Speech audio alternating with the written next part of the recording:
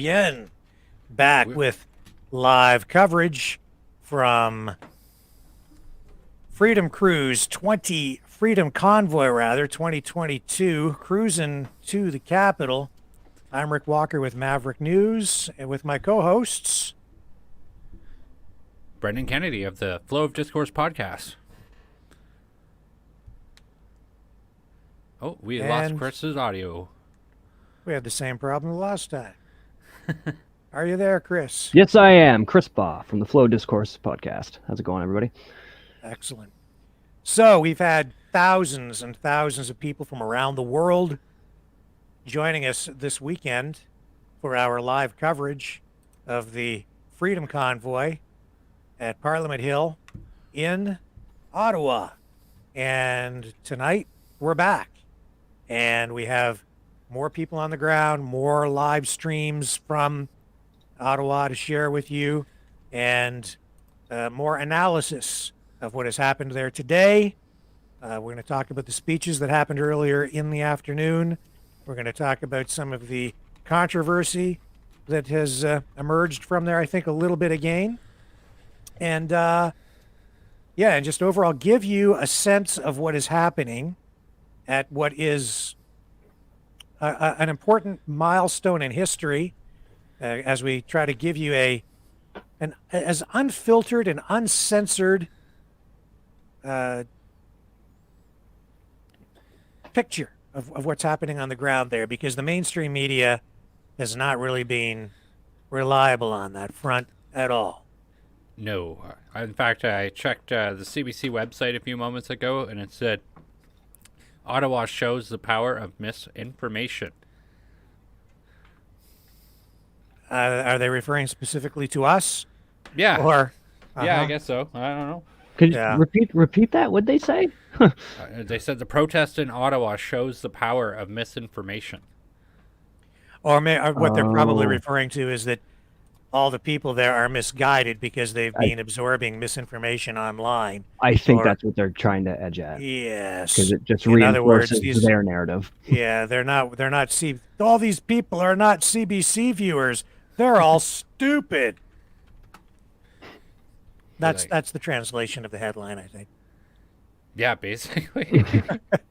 If you ain't watching us, you ain't. You whack. Yeah, well. You ain't socialist.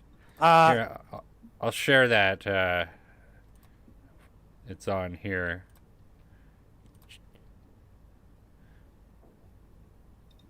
Here we go. There it is. Protest convoy highlights power of misinformation. Experts say. And the other headline, Ottawa mayor would like protesters to move on, but organizers say they're not going anywhere. It's weird. I haven't seen the mayor at all out there. At all. Yeah, well, I don't think he's interested in negotiating or talking or trying to really hear the people out who have come to this event. And I'm pretty sure that the mayor might just be a liberal. Such is the case when it comes to a lot of municipal politics. Mm-hmm. It seems like municipal politics are just overrun with liberals, basically. Yes, well, I'm quite certain that the mayor of Ottawa has a liberal background, and these protesters are definitely a threat, but only politically, and that they're a direct threat to the Prime Minister because they want him to resign. And there's a lot of pressure up there right now in that regard, because these guys have mounted. This has got to be the largest demonstration, the largest exhibition of free speech in Canadian history. It's got to be. Certainly the largest convoy. I don't think. I've never seen anything this size. At least. Maybe we're just all in shock because of how long it's been. Like, it's been 2 years.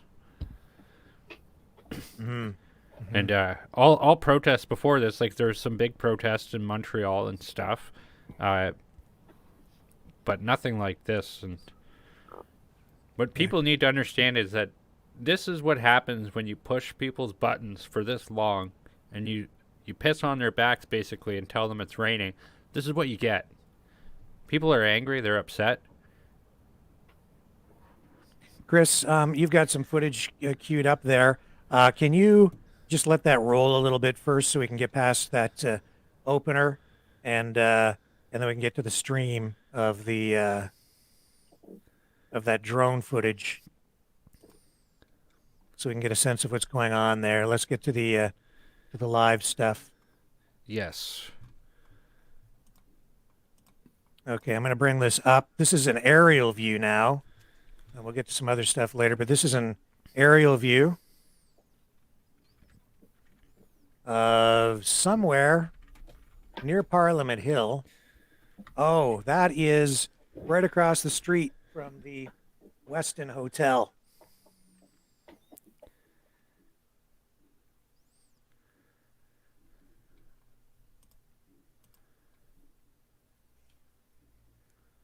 No audio on this.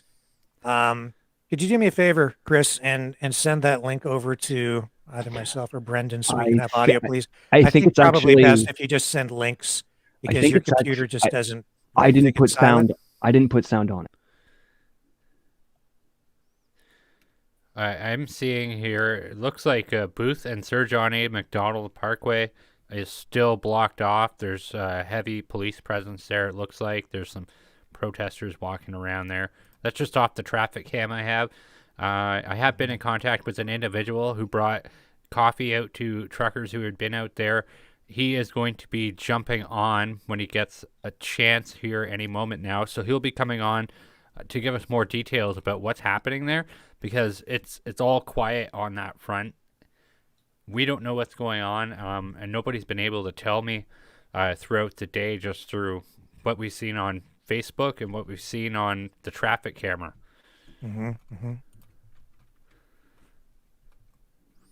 So do we have some footage there, Chris? Or No. Nope. Here, you can put that up for a few minutes just to show people what we're talking about. Sure. This is you can see here the police have everything blocked off. It's my understanding there's a whole bunch of trucks over on this side, and it lines for miles and miles. But since we started reporting on this, the camera angle hasn't really been going over there, so I don't know what's going on with that. I don't know how much control they have over these traffic cameras, or if there's somebody sitting on them all the time. But you can tell people are there. Things are blocked off. Okay, we have something from Liz Valley here. Let me just bring that up for you.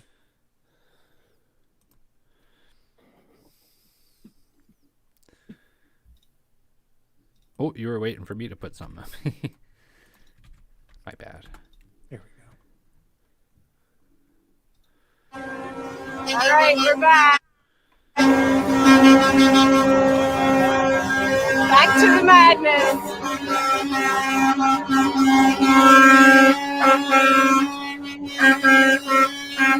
So Liz has been down there since Friday.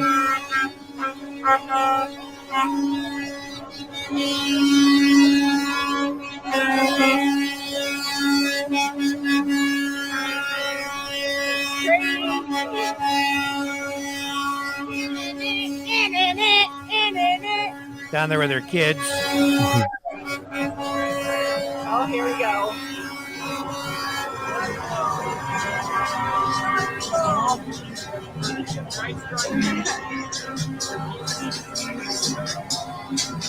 Yeah, girl. Get it, girl. Get it, get it, get it, get it. Woo, woo.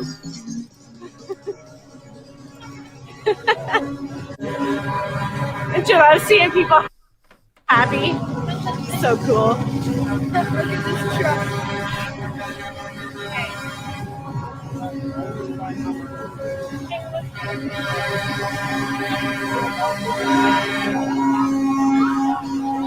Oh, look at Just because there's a bear there doesn't mean you So gotta this poke video was it. recorded just a short time ago, just before the sun started to go down. Stop poking the bear. What bear? There's a bear? Yeah, a bear. Oh my goodness. You're poking me. I think some truck's horns are getting low on horns. Yeah, probably.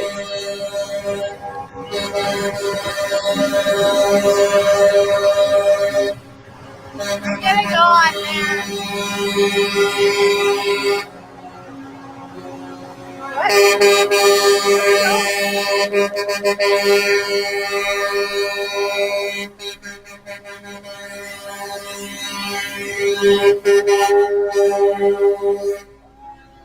This would be Careful, footage careful. at Parliament Hill as the speeches were wrapping up just a short time ago. And so tonight, Let's go. the protesters will be digging in. A lot of people will be leaving because they have to go to work Look at how festive. for Monday. Yeah. Other truckers That have is a been arriving fantastic all day. beard. Wow. Many from Western Canada and from the east. Roads into the city have been blocked Oh yeah. to many of the trucks coming in Blind. to prevent them from clogging up the city. Freedom! Woo!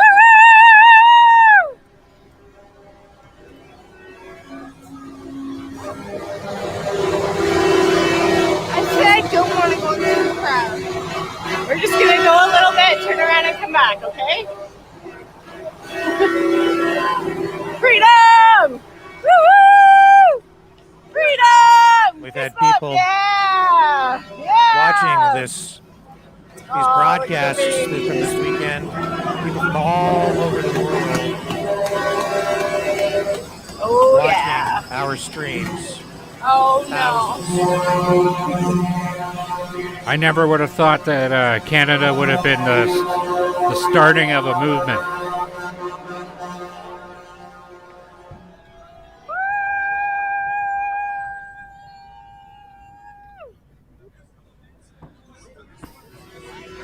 Oh, somebody's still speaking. Wow. And if you The energy of people is amazing. look at the crowd, you'll see flags from other countries. You see If the trucks are rocking. people from every walk of life. Well, we've heard several times too. This is a very diverse crowd, which is fantastic. Oh, doggy.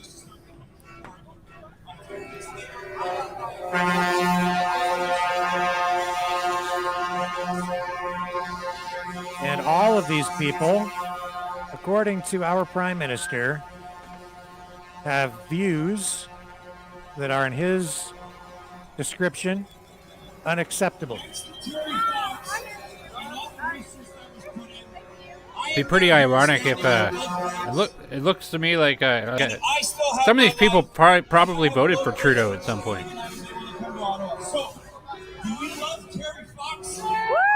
Hi there, Wally. Let's go this way. Loves Terry Fox and had to fight the same cancer and is still alive. That's regarding the mayor of Ottawa, Rick. Yes. We will continue to fight against the spin in the media because we want And hello, Larry. Appreciate your comment. Starting to walk in here. I know. This is all super fluffy and white when we first got here. All right, let's walk up here. Let's see if we can get a higher visual. Come on, Maya. Careful, it's gonna be slippery.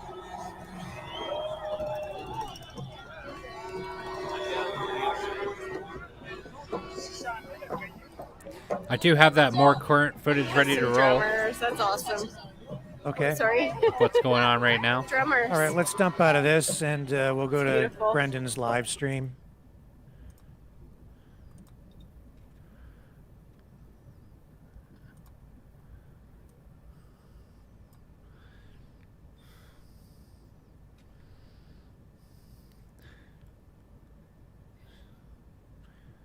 This is Ottawa right now.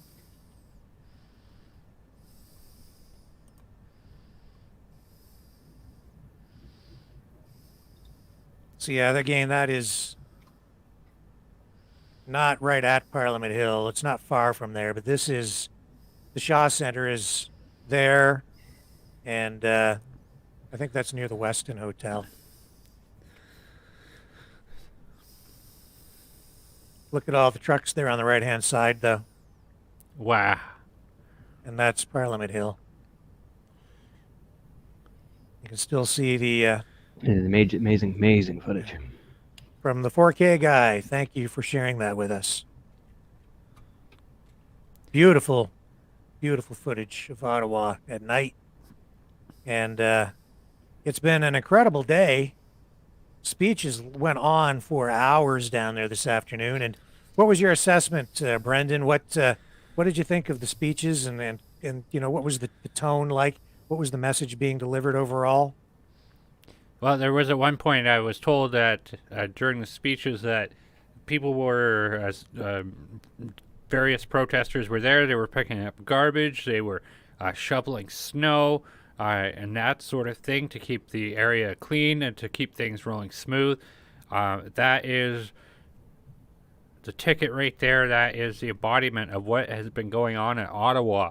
That's not something that you're going to see at an Antifa protest. I was also delighted to see that they had multiple doctors, including Dr. Roger Hodgkinson.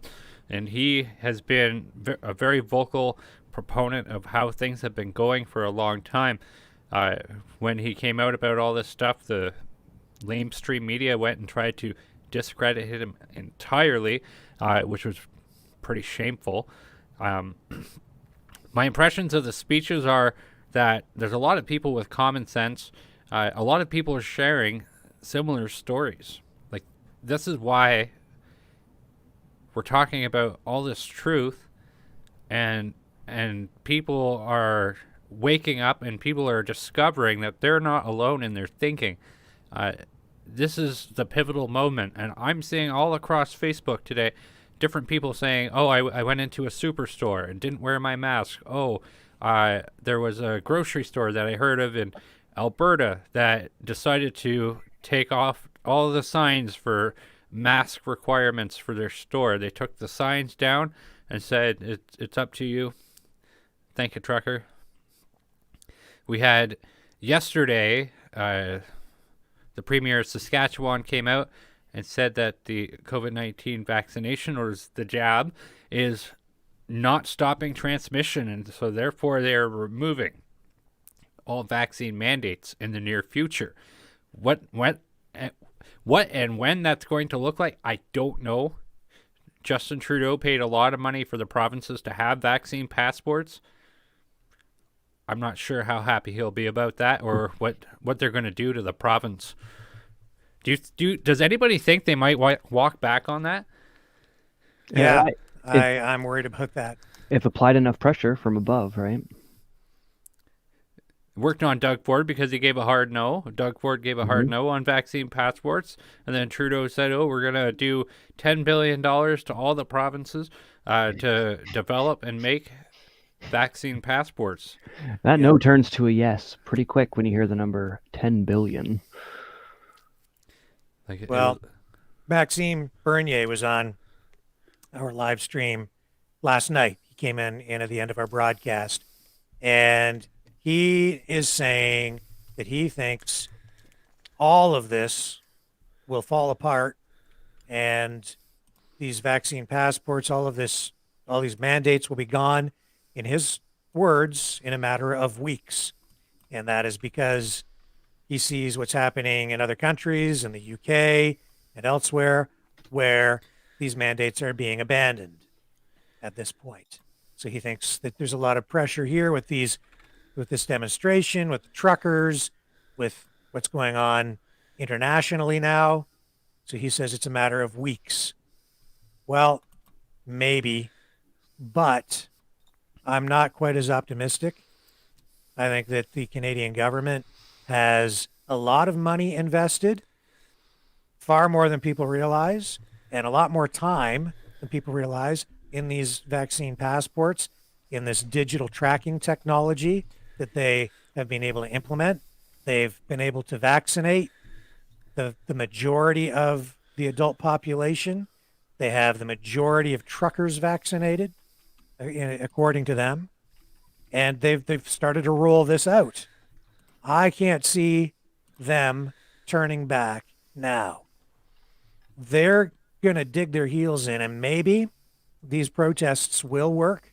Maybe they'll apply enough pressure that eventually we'll get out of this, but there's going to be resistance, and I just don't think it's going to be all that easy, guys. I put a lot of thought into this one. The main equation here is time. The longer this goes on, the more possibility that it has to turn into a catastrophe of some kind. And what kind of catastrophe do you mean? Well, you see, like it's not already? Well, it's a big mess, I would call it, and it's a mess that the government created from locking people in their homes and firing them from their jobs and that sort of thing. But it could turn, people seem really optimistic right now, and the hopes are high. We're on the high road right now with that sort of stuff.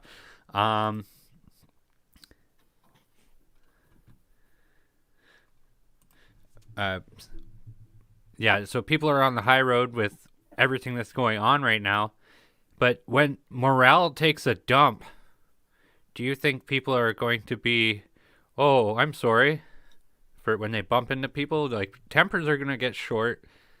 And when tempers get short and patience runs thin, people aren't going to get along so well. Especially the people who live there. I'm not exactly sure I follow you. So you think tempers are going to get more inflamed because they don't do something, and then something's going to happen? Like, I don't quite get what you're saying. So if the government doesn't do anything and they just sit and rot there for a long time, people are going to get really grumpy living there. People living there are going to get even grumpier. Living where? In Ottawa. Oh, okay. The protesters. The truckers and the protesters are both going to get real grumpy any day now. I give it a week before things could turn potentially sour and everybody gets fed up and they run the police and pepper spray and that sort of stuff through. All it will take is a couple of violent altercations or assault or harassment and that sort of thing, and then the government will say, look at this example of them being heathens. We need to run in there with the riot squad.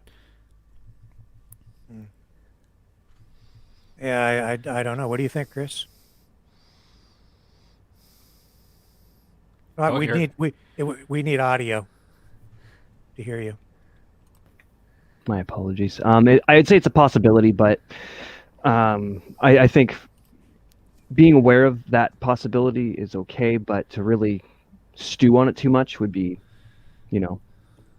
settling on negativity. So I would say we should be going benefit of the doubt, because as we discussed before, what the few undesirables will do shouldn't affect the mass scale of the actual message.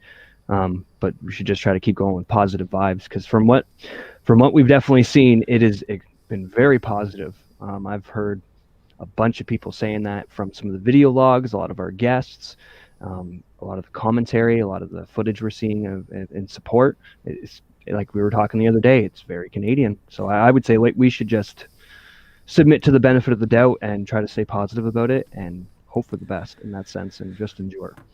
AJ Kumar, our friend, says, unfortunately, Max Bernier still doesn't get the whole picture. Max, for sure, is out of this pack of corrupt politicians in Ottawa and Queen's Park, yet he still doesn't get it.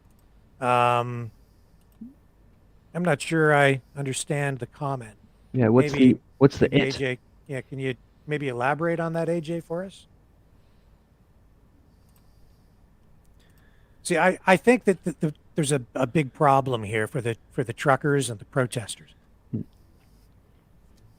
And there was somebody who commented about this in the chat boxes earlier today. But the problem is this: there's not much leverage here. Mm-hmm. To this point, all we have is a lot of people, right?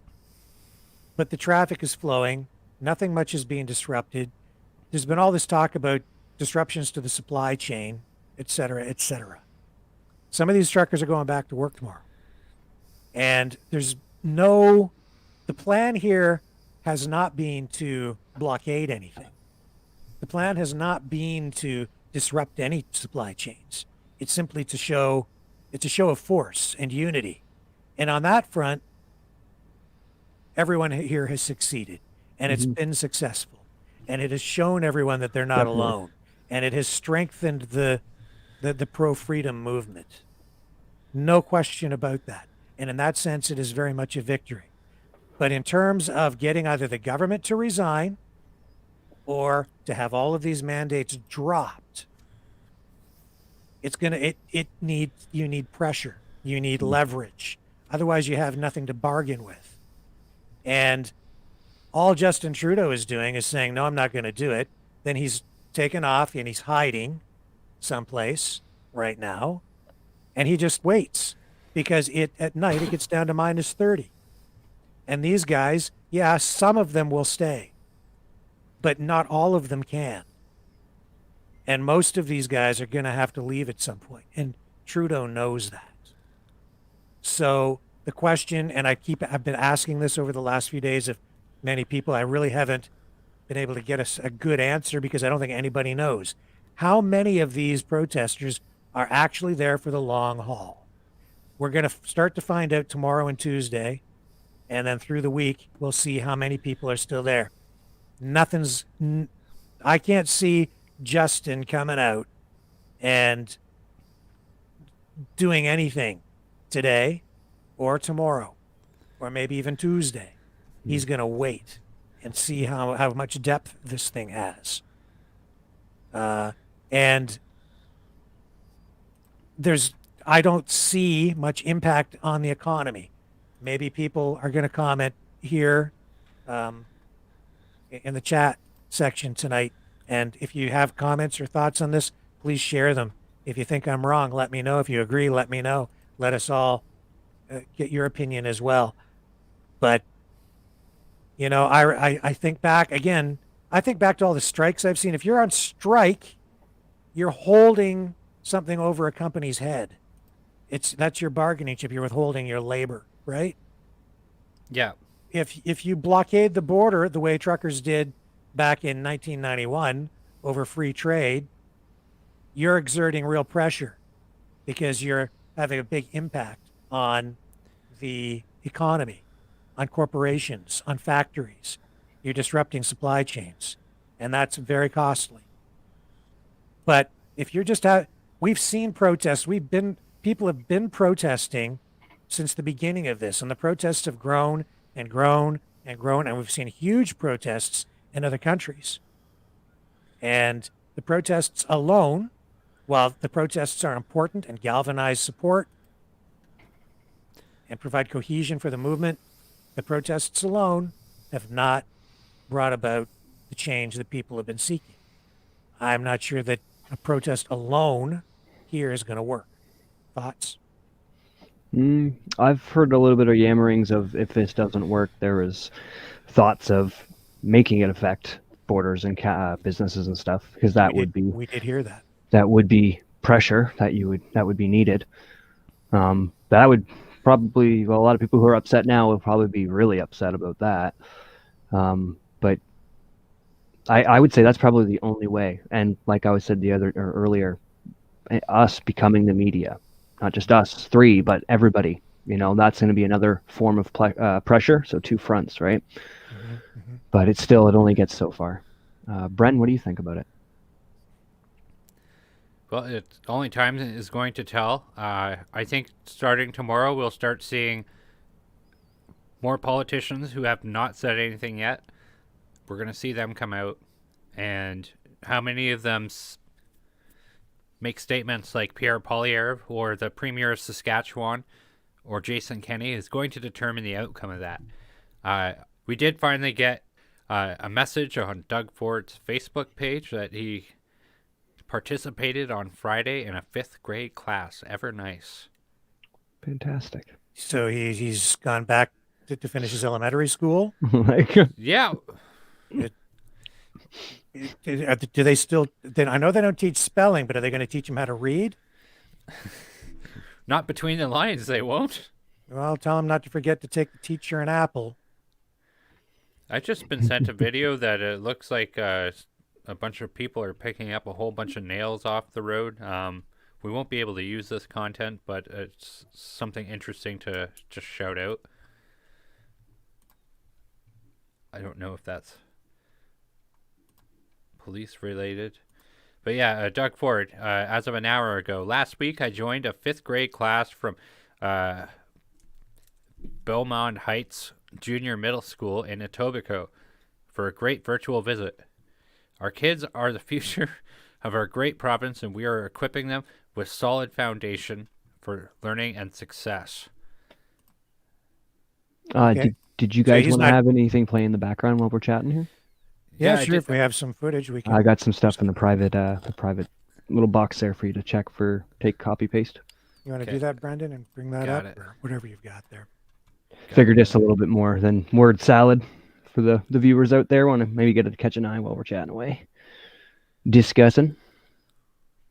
Yeah. So AJ here said that to me, the protest is just the beginning of resistance rise in Canada, and future lies in expanding this resistance wide and far.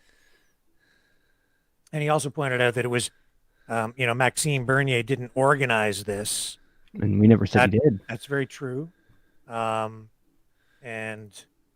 Connie says, who cares who got it together?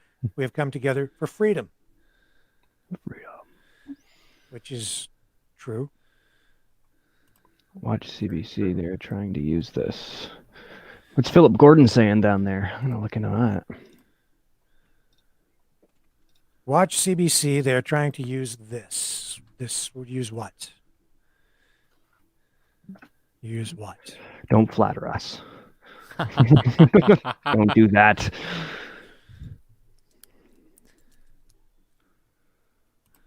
You know what I'm going to do here, gentlemen? I'm going to invite AJ to come on with us for just a minute. Hang on. I'm going to go find him.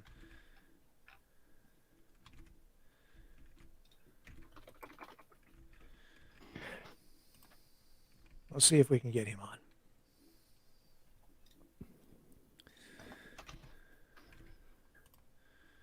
In the meantime, I hope everyone else out there is watching is having a good time, having a good night, staying safe. If you guys are out anywhere near Ottawa, I hope you guys are staying warm.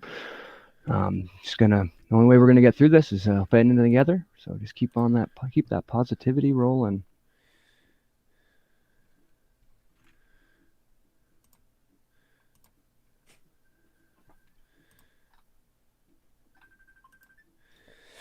Hang on a second here. I've got a call coming in from AJ. I'm just going to mute my mic so I can talk to him and see if he would like to join us. Okay. Did we get that live footage there sent over so you can pull her up? Well, Yeah, Rick has to pull it up, though. Yeah, okay, here we go. There's the footage. there we go. A little bit of visuals for everybody out there. Again, like to take time to thank you guys for tuning in. Please share, like, and or subscribe. Hi. We do have a individual who has been in the ground in Ottawa today, and he'll be getting on with us as soon as he can. Awesome. I wonder what the weather is out there right now. I'm not seeing anything in regards to the CBC to that comment. But if you guys have a link, please feel free to put it in the comments. That'd be great. Get a source on that.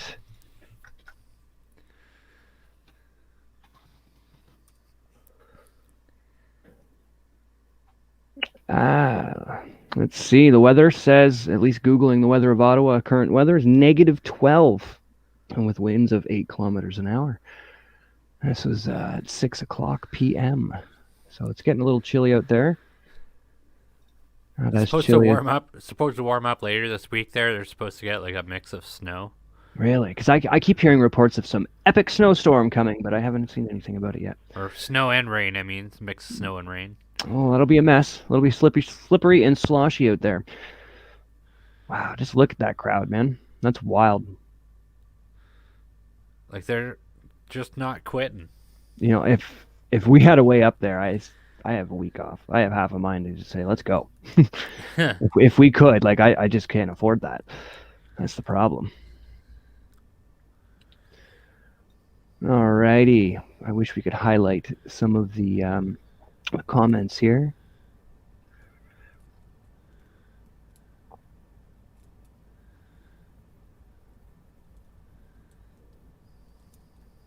Someone here comments and says, I ripped up my vaccine certificate. I will not go into any businesses which require it. It is a choice, not a mandate. That's amazing. That's bravery right there.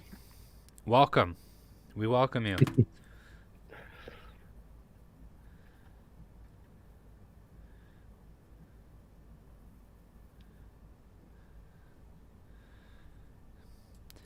And that is all horns and all honking.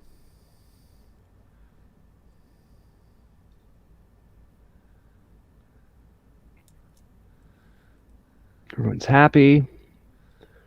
You know, and it's amazing how civil it really has been. And like I was saying before, the energy that you're feeling, it is it feels very organic.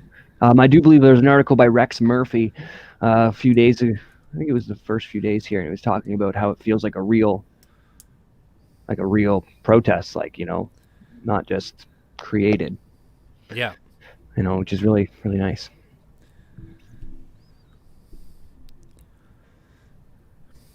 Philip Gordon.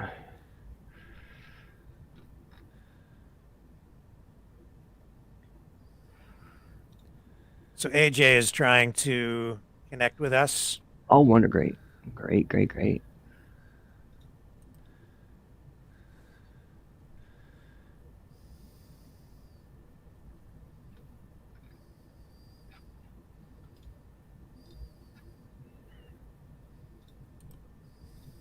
And so we were saying earlier, too, that to get a sense of the size of this demonstration is very difficult. But we know that trucks, not all the trucks are down here. They're spread out all over the city. They're being sent to staging areas. Look at all the cops. Look at all the cops. They're being sent to staging areas out at the airport, different parking lots around town. There are people camping out there. And so the event is not just at Parliament Hill. There's stuff happening where all those trucks are parked and all the other demonstrators are parked as well. And here's AJ. We're going to add him to the stream. Hello, AJ. How are you? Can you hear us? I'm fine. Yeah. Nice to see you guys again. Good to see I was you listening too. to your webcast like yesterday as well. It was very impressive and like great. So I enjoyed it. Well, yeah, we saw your comments, and it's always a little difficult to communicate effectively just by text. Yeah. So maybe you want to share some of your thoughts with us verbally here so that we get a better sense of what you're saying and what you mean. So in the comments that I passed, you know, your camera was on. If you don't mind leaving your camera on, it would be better for the viewers. Is that okay? Not in the great shape right now. Okay. Oh, you're fine. Yeah. So my thoughts like are, first of all, like I'm a total fan of, like, you already know my position on this thing. So whatever these truckers have done is like incredible. This never happened in the history of Canada before. So I'm totally with them. But the one thing that I noticed, like, so a large community of like truckers in BC and like all over the country actually, including GTA and like Ottawa, wherever, they did not participate. And that is like an ethnic community, if you know like what I'm referring to. Okay. And what areas were did you see this? It's all over the country, okay. Like they are the Singh communities. Okay. And they are big like truck operators. And they did not participate. It's not to say like they should have, but they didn't. Mm-hmm. And one of the reasons that I say like Max didn't organize it and he didn't get it, so he still doesn't get like what the composition of this community is. and who should be backing him and how they should be brought in to get this going any further. So this is my disappointment with Max. So you're saying that Max and the People's Party have not Yeah, been Max able and to the people find. who are surrounding him, and I have tried like on different forums, different places, that somebody should at least like listen to me or just try to see the thing in a different perspective.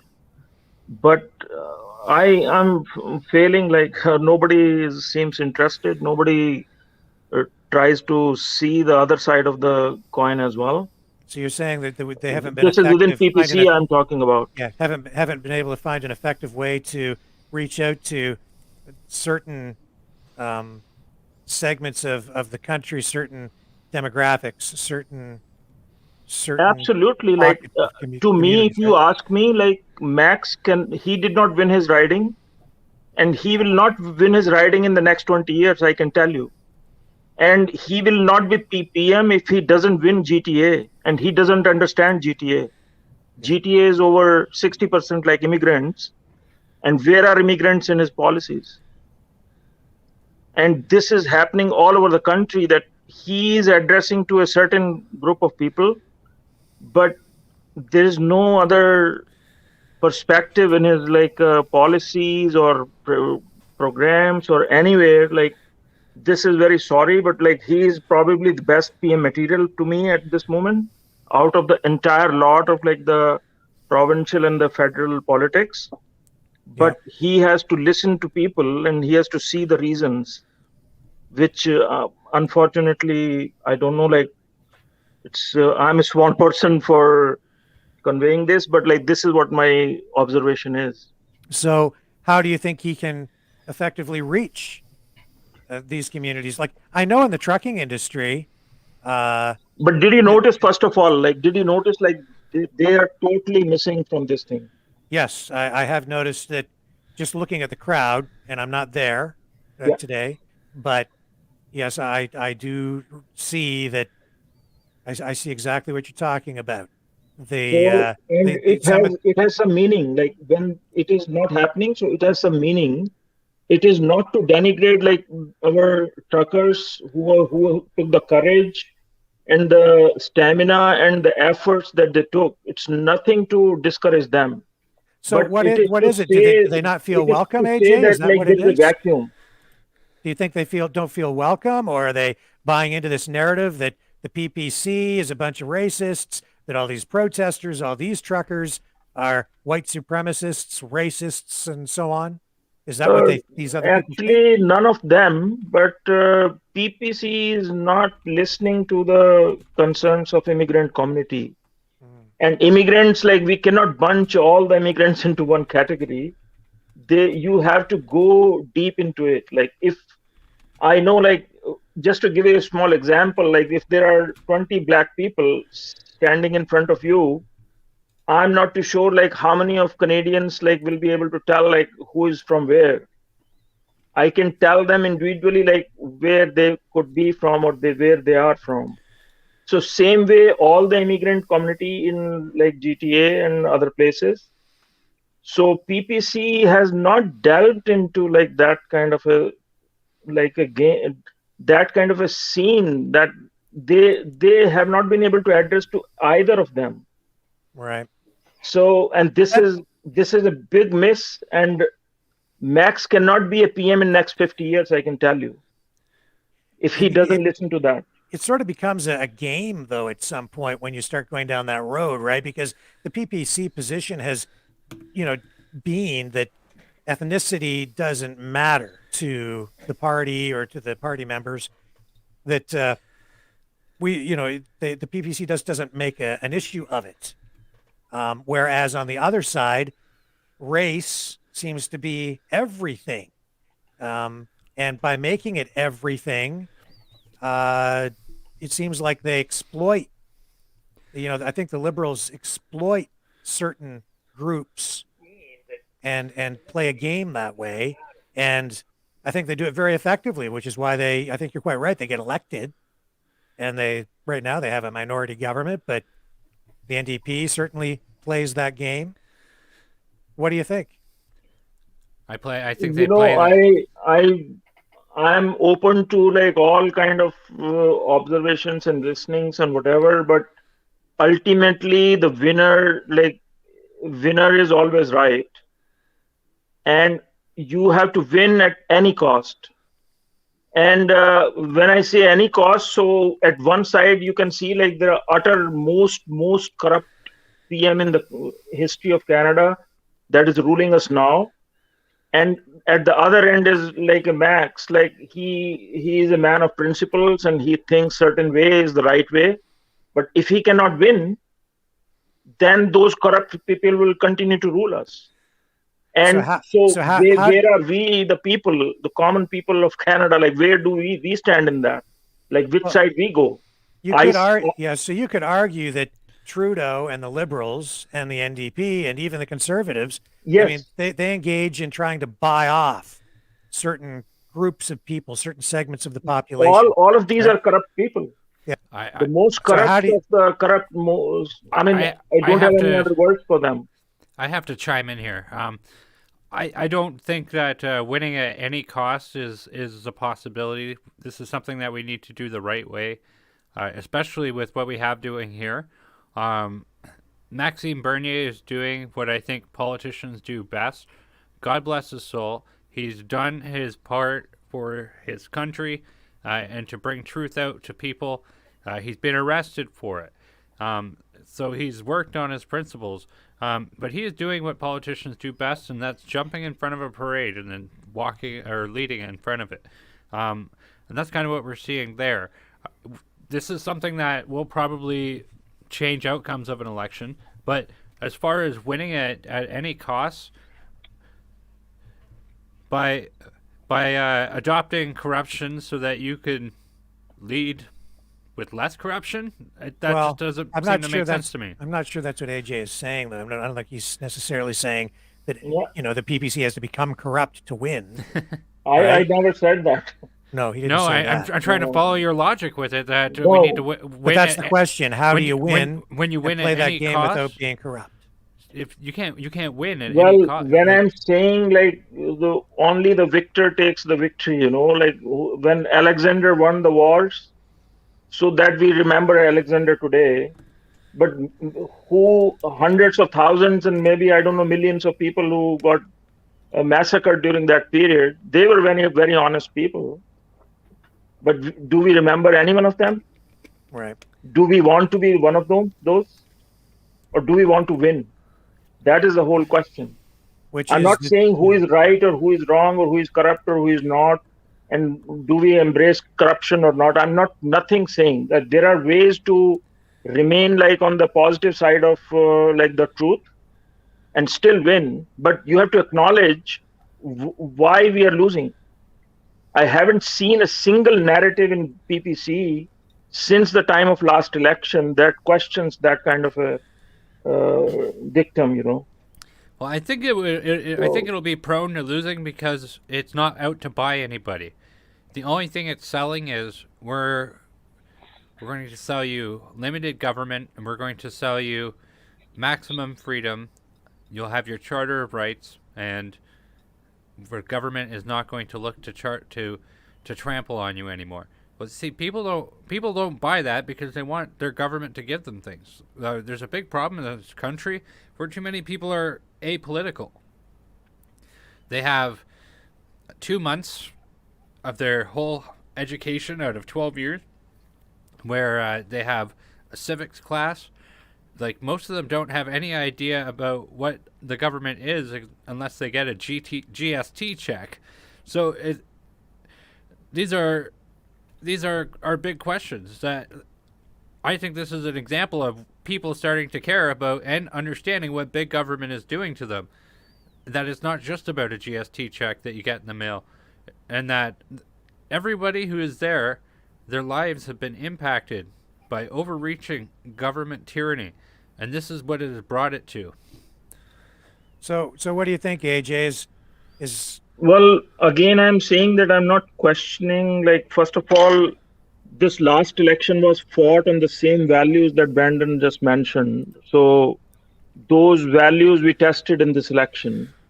Now there could be a question of time and like 2 months and what and first, like we were the first time like in a big way the PPC, but I'm not questioning none of that.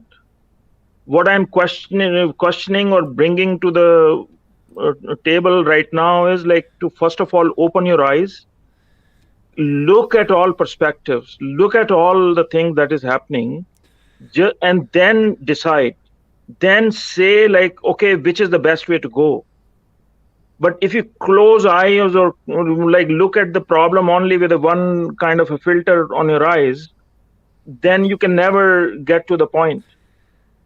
So that is what I'm saying, which unfortunately, and it is not only just a question of immigrants, it's multiple levels of like not only people's welfare, but governance and like economics and health and what. There are multiple kind of angles to it, but people, they don't want to like that includes PPC. Like other people, they have the one filter, and PPC also has one filter. They don't want to take away that filter. So that is what is the problem. So I'm totally open to like what I'm saying could be wrong or right or what, but what at least my mind is totally open that like I want to see the thing from all perspectives, which is somehow like I'm not able to communicate much beyond. So, but at the same time, I know like that is the truth, and that if we don't see like that way, we can never win. We can never win. So that's specifically for the PPC. I mean, you're not optimistic about the PPC's chances in the next election because of exactly what you've been talking about. But what about this protest specifically?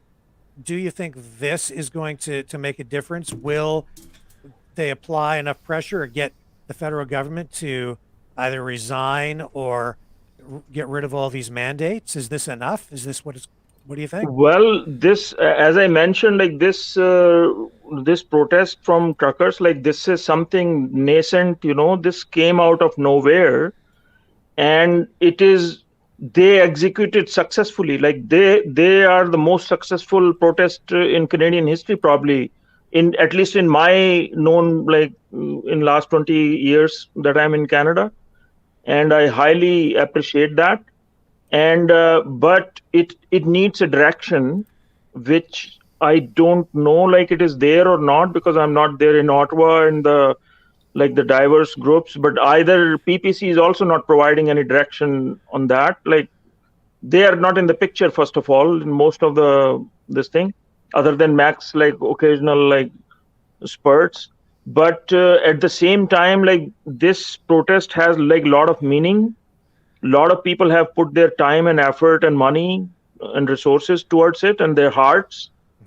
So it should be taken forward, and only the coming time will tell like how far it will go and what kind of direction we are able to provide to them properly, so that people get energized and we bring in more and more people on the same platform. It is no more a truckers campaign to me. I mean, it is a total resistance against this tyranny that is coming out, like people who are supporting these truckers when they pass over passes and on side of the roads. So it's everybody, like whosoever is supporting these truckers, they are doing great job. But then we need to give them a direction, and we need to bring more and more groups towards it, and that is going to lead to the demise of this corrupt regime. Well, when I look at the crowd, I mean, I do see First Nations peoples represented. They've been up there giving speeches as well. We have other, visible minorities involved. I think you're quite right, though. We're not seeing the percentage of or a large representation of some of the truckers who come from immigrant communities, newer Canadians, and a growing number of truck drivers are from minority communities across Canada. And they own more than 50% of the total fleet, I can tell you. Yeah. So, I mean, we cannot ignore them, and they are not naive. Like, if we reach to them, like they will come on, like, but we never made an attempt. And this, not only at my level, but like we have to make a collective, first of all, observation, like probably if I didn't point, then probably none of you guys were looking at it. We were looking at it. I've certainly been aware of it. I've thought about it. Yeah. Not being on the ground there myself, it has been a little hard to get a good sense of what the demographic breakdown is of the truck drivers on the ground there. I will admit that. And Rick, I'm telling you, this is just one observation. There are 50 other different kind of observations that we need to correct. Mm-hmm. And this is not the proper forum for that, but like we should be able to do at some point or the other.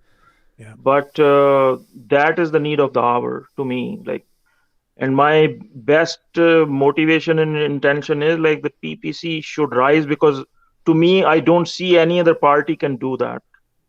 But then they have to open their eyes. That is what that is what I see. But these other drivers who have decided, or for whatever reason are not down in Ottawa, these guys have got to be just as frustrated as everybody else with some of these mandates. Or am I missing something there? Well, I think most of them are already vaxxed. They are vaccinated. So if we turn only into, like, if we take this protest just as a mandate against the mandates, well, on the face of it, it is. But actually, it is a protest of resistance. And those people are also frustrated, but they are not able to, first of all, they are not invited. Or like nobody actually invited nobody in this protest. So I don't know if that's the case or not. I mean, I don't know. Yeah. So they did not feel part of it. Like, let me put it this way. So they did not feel part of it, or they don't identify themselves to be in it, or whatever other reason could be. I'm not too sure. Well, have you heard that, or are you from somebody who? I heard like a couple of interviews like on YouTube itself. And okay, have you heard that personally from anybody though? Well, I can tell you, like, I talk to the community in GTA, like I'm in regular touch with them, and people don't identify with the PPC. That's very simple. No, we're not talking about the PPC. We're talking about this movement here and where that's going to. Yeah, the truckers, I haven't met anybody in particular, but I know like these people. I know these people in Brampton and BC and wherever. They are the same people and they have the same mindset. I listen to their broadcast like on the radio talk channels all the time.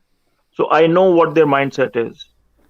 I think you've got a very valid point, AJ. Yeah. I mean, it's like when you're dealing with a multicultural community, people tend to group together with people from, who have a similar background or the same background, right? That's why you get communities of like Italian people living in a city of Little Italy, or, people who maybe come from Pakistan tend to buy houses in neighborhoods close together and so on.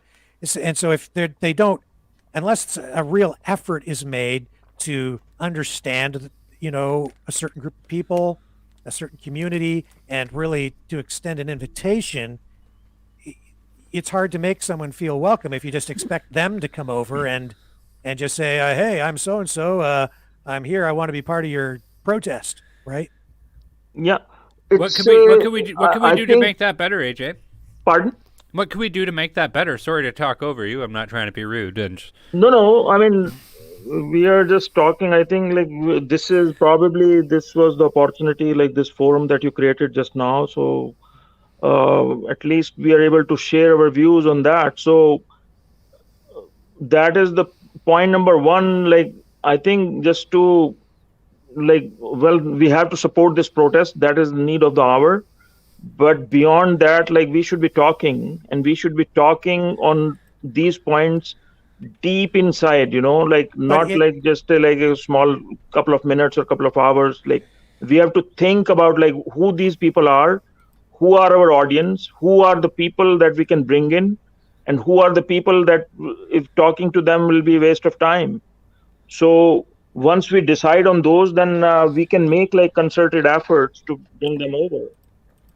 It seems to me that it's extremely difficult to cut through the noise that the media makes, though, in this regard, because with all of their, I think that's why the media and the politicians on the left, well, all all the politicians in power, they use this rhetoric of racism, and I think that it's done because they know that new Canadians or people who, maybe or have families who've only been here for a generation or two, maybe don't have the same connection to the history of the country dating back, 150 or 160 years, or even before Confederation, and right. So their sense of Canada is a more modern sense, and if the media just drills in racism, it demonizes their political opponents and makes it difficult for say the PPC or any other political party that might be viewed as right wing or conservative or even middle of the road to reach out to these communities, because it breeds instant distrust. But Rick, can I just say, like, I am from the same generation of immigrants, over the last like 25 years. Yeah. So I know what is going on, like what is in their minds and like hearts and what. So like, and this was like just a coincidence that I came into PPC, and now I totally identify with it. And like, so that is just one part of it. But I have a question to you. Like, do you feel this leftist media will ever change? Like you just mentioned about this media and the bias that it creates, but do you think it's going to change? I would like to go ahead, Brendan. Yeah. Throw some acid on that if I could. As soon as the government stops paying them money, absolutely, that's when it'll stop. Well, do you think Trudeau will let it go like that? No, he'll just make more money and throw it at him. No. He'll make more money and throw more money. So it's not going to stop that way. So we cannot rely on this media. And we have to find out ways and means like other than this media, and that can work. Like when it can work in Europe, when it can work in UK, which is more diverse population than even like we Canadians have. When it can work there, why not us? But we need to open our eyes. So as simple as that, like in my kind of a mind and picture, I don't even care about this CBC and like CTV and whatever. I don't listen never to them. And I'm sure like hundreds and thousands and millions of other people, they listen to these channels and whatever because there's no other message that comes to them from any source.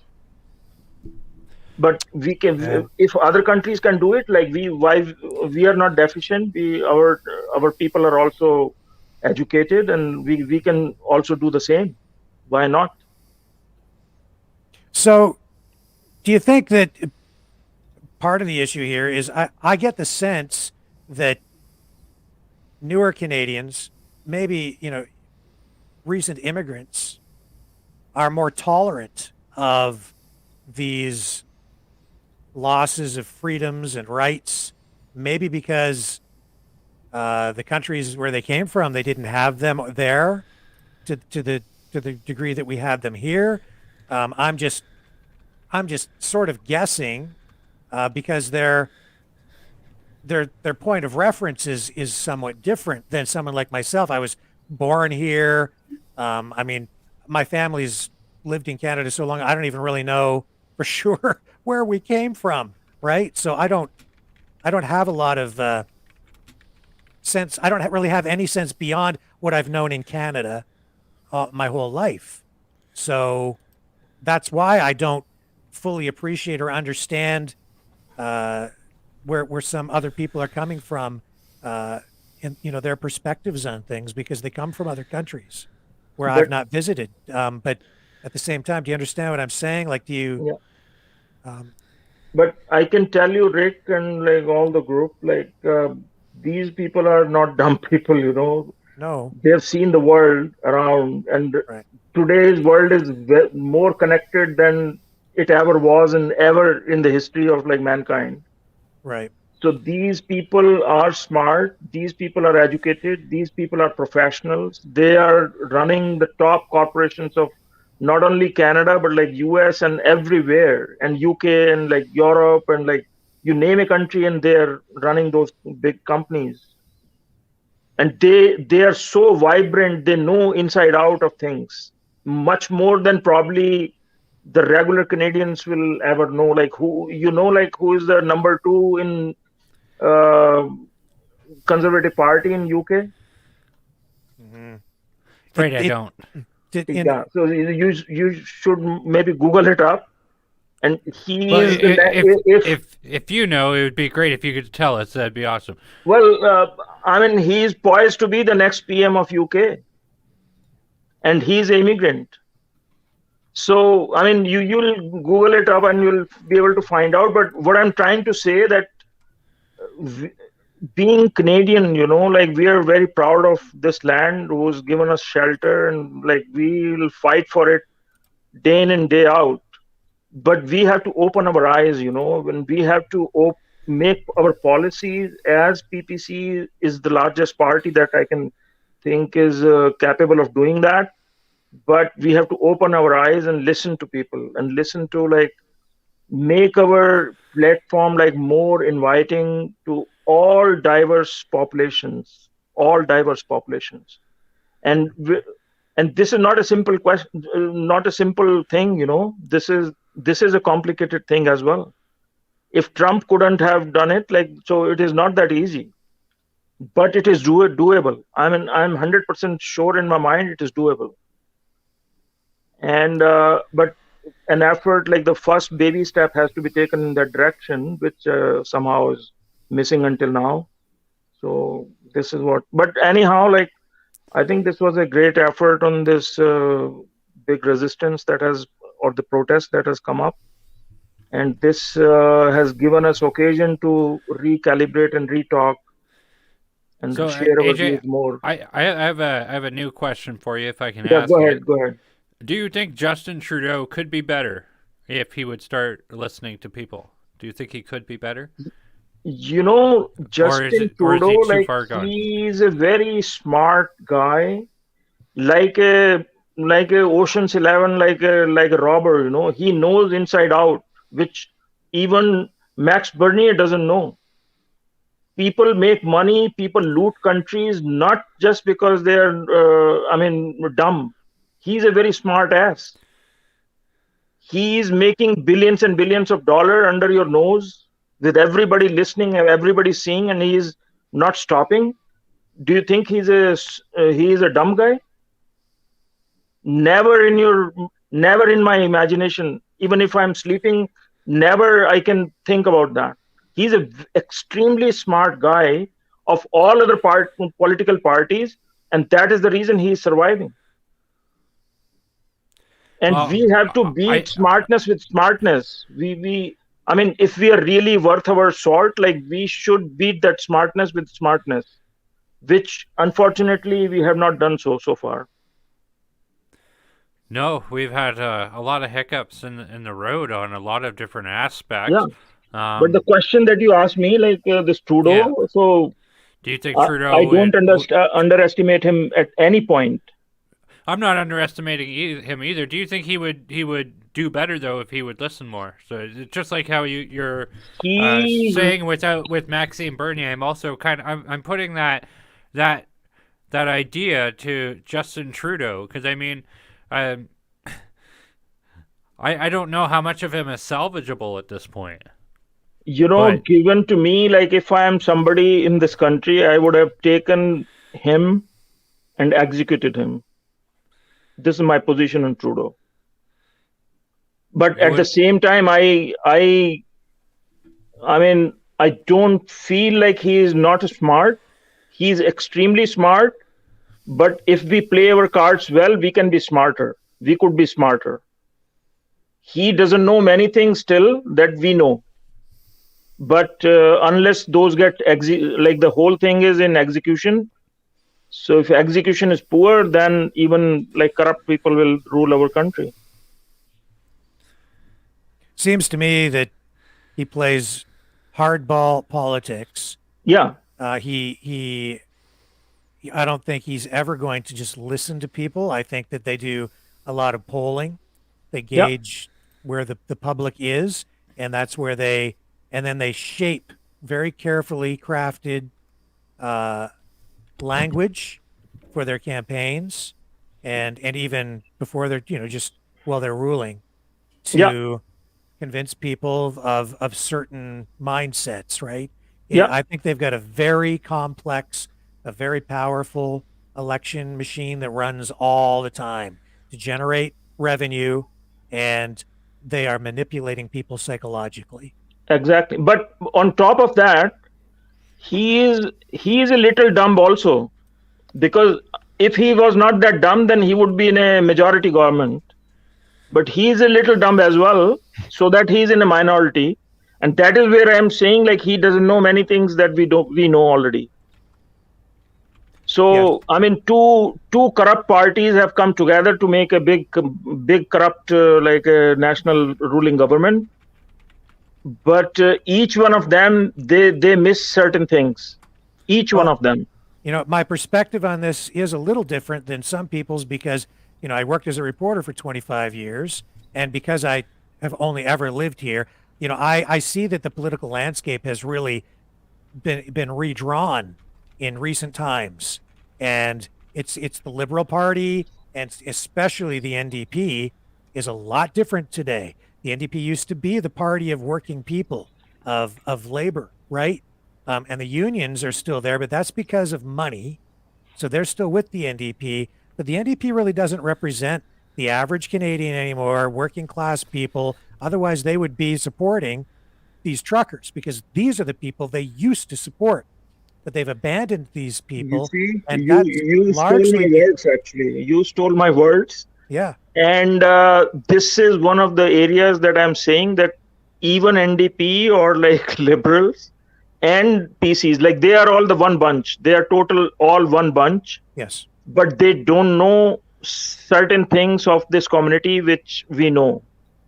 It's strange because you see politicians like conservative politicians like Pierre Poilievre. You see Maxime Bernier, also a former conservative cabinet minister. You see all these so-called right-wing politicians standing up there using the same kind of language that we used to hear from politicians like Ed Broadbent and Tommy Douglas, all these NDP politicians from the past, Bob Rae, when he was the Premier of Ontario. This is the same language because they're out there connecting with the working class, the average Canadian.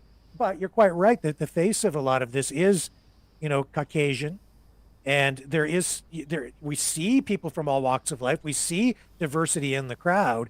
But with regard to the truck drivers, you're quite right, AJ.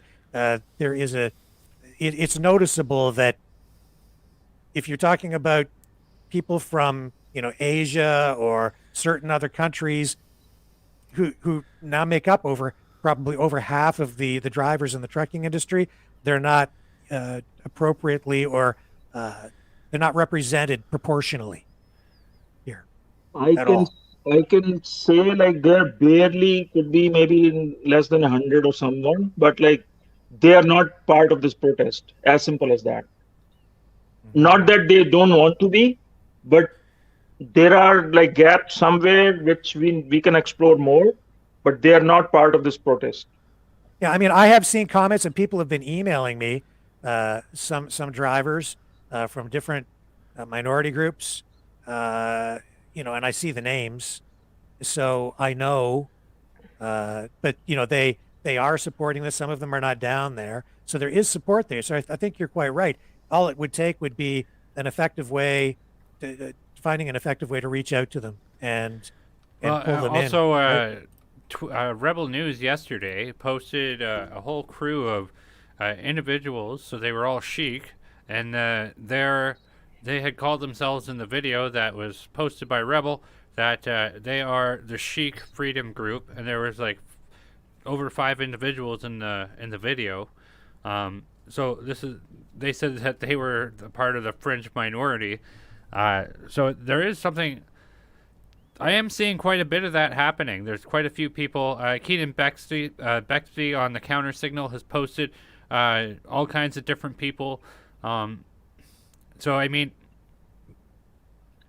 but it goes beyond that, Brendan. Even right, it goes beyond everything even AJ is saying, because last night we saw the comment from that one gentleman at the end of the evening, from the transgender community, and he says, "Well, I went down to the demonstration, I think in Victoria, and I wanted to be part of it, but some people there told him he wasn't welcome, or at least that's what he's telling us." And I mean, it could be we BS weren't there. I don't know, right? We weren't there. But he's so we're like, well, we want you.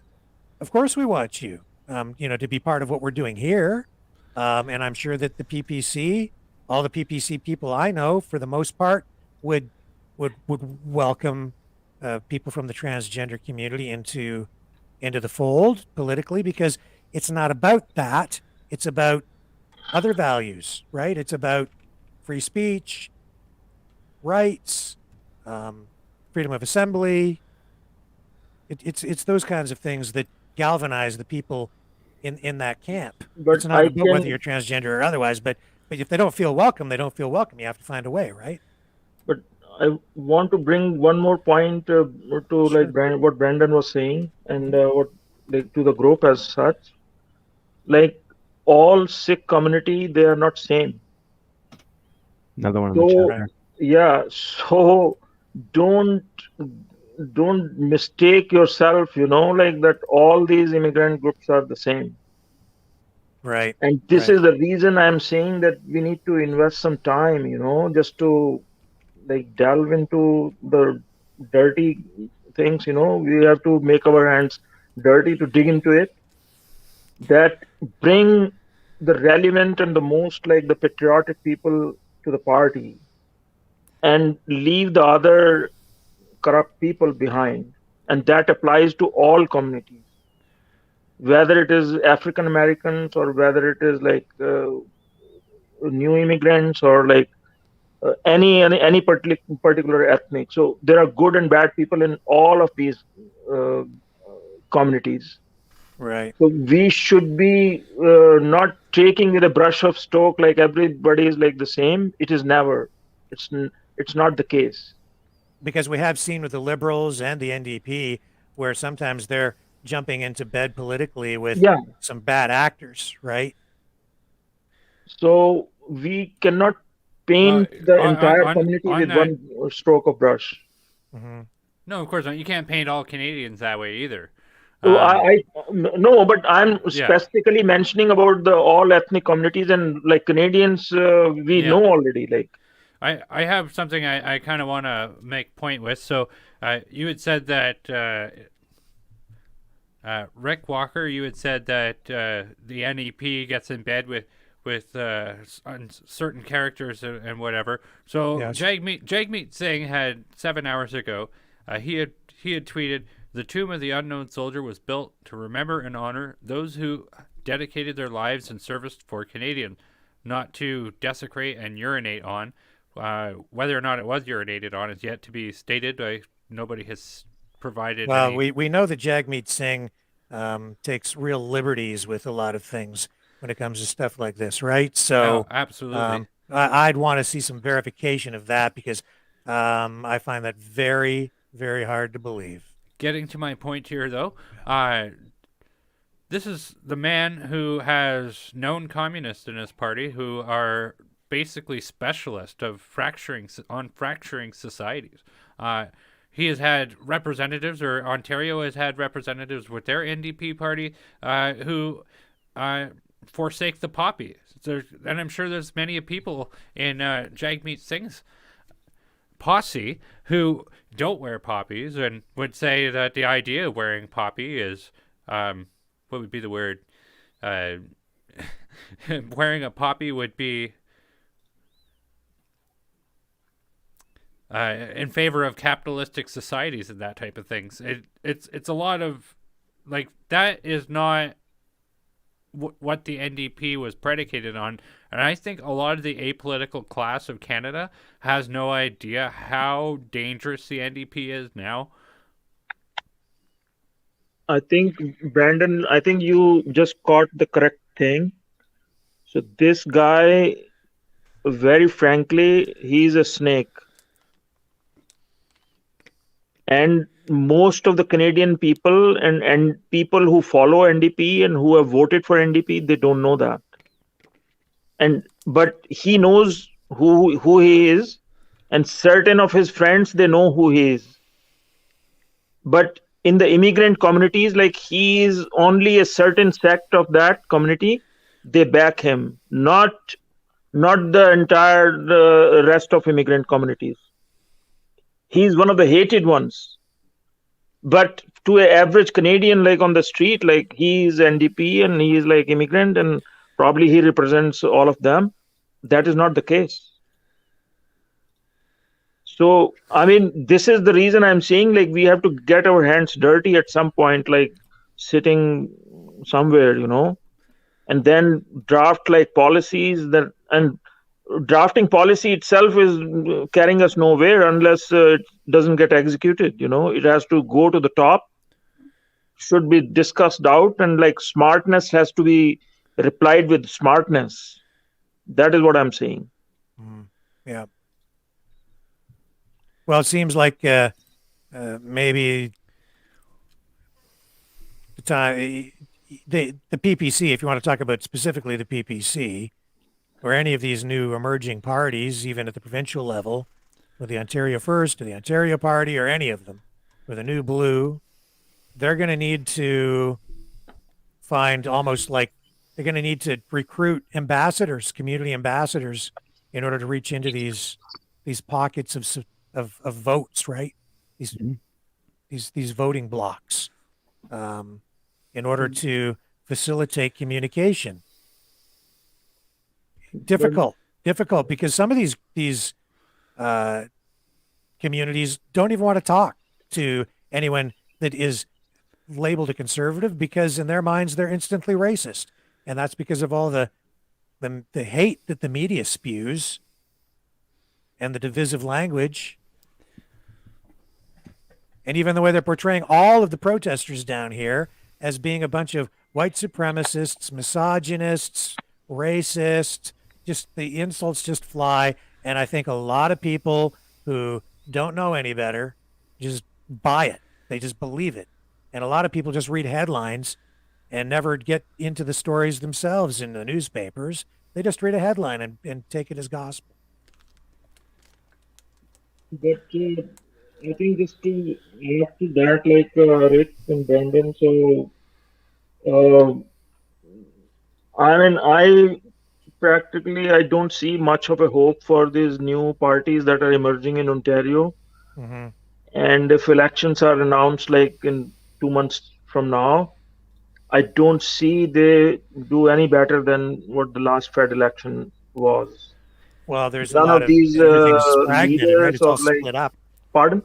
It's all split. You have at least 3 new parties on the so-called conservative side, so they're dividing that vote up. Plus, you have the Conservative Party itself. So this is going to be more than the division. Like the leaders themselves, they are no better than Max Bernier. Yeah. First of all, they are not up to that, but they are. In any case, they are not even like 1/100th of what Max Bernier is or he could be. So this is my disappointments, but like I don't know, like we don't control. I kind of would like to, if you gentlemen would allow me, I would kind of, now that we've went there, we've touched it. I feel like it is a rabbit hole worth exploring. It is only 4 months away at this point, but we have a fractured situation where we got Doug Ford, where the right and the left don't like him. The left have sworn to make a coalition against him. So NDP, Liberal, and the Green Party are going to go full force to take away Doug Ford's majority government. I don't like majority governments because whenever we get them, we end up with what we have right now. And that what we have right now is definitely not good because they don't even debate anything in Parliament. They just sit around on a table and then somebody tells Doug Ford what to do and he does it. But we have a situation where we have four right-leaning... And for people watching internationally here, because we do have people from other countries, you maybe want to tell people who Doug Ford is, Brendan. Doug Ford is the Premier of Ontario, so he basically is the Governor of Ontario. That would make sense to some people. Sure. So anyhow, we have four of these parties running in Ontario. Like, this is divided, and we have very cunning and collected people, and a lot of people who have forgotten our situation before Doug Ford. That's a lot to unpack. I'm not sure where it's going to go, but it's not looking in favor for the good of anybody. But Brandon, at the same time, like, what is the alternative? Like, just tell me, if elections are announced like in 2 months' time, and if the right side is like so fractured, and if we have to vote and we cannot vote the Liberals even on my deathbed, then what other option I have? Just think that way. I'm doing the discovery on that right now. I don't have any idea, AJ. I wish I Yeah. did. So, no, I mean, just imagine, like, this is not a question in my mind, but like in the minds of like other, like 3.5 million people of GTA as well. Mm-hmm. So, I mean, unless we thrash out something, and to me, I don't consider like just winning itself should be the motto.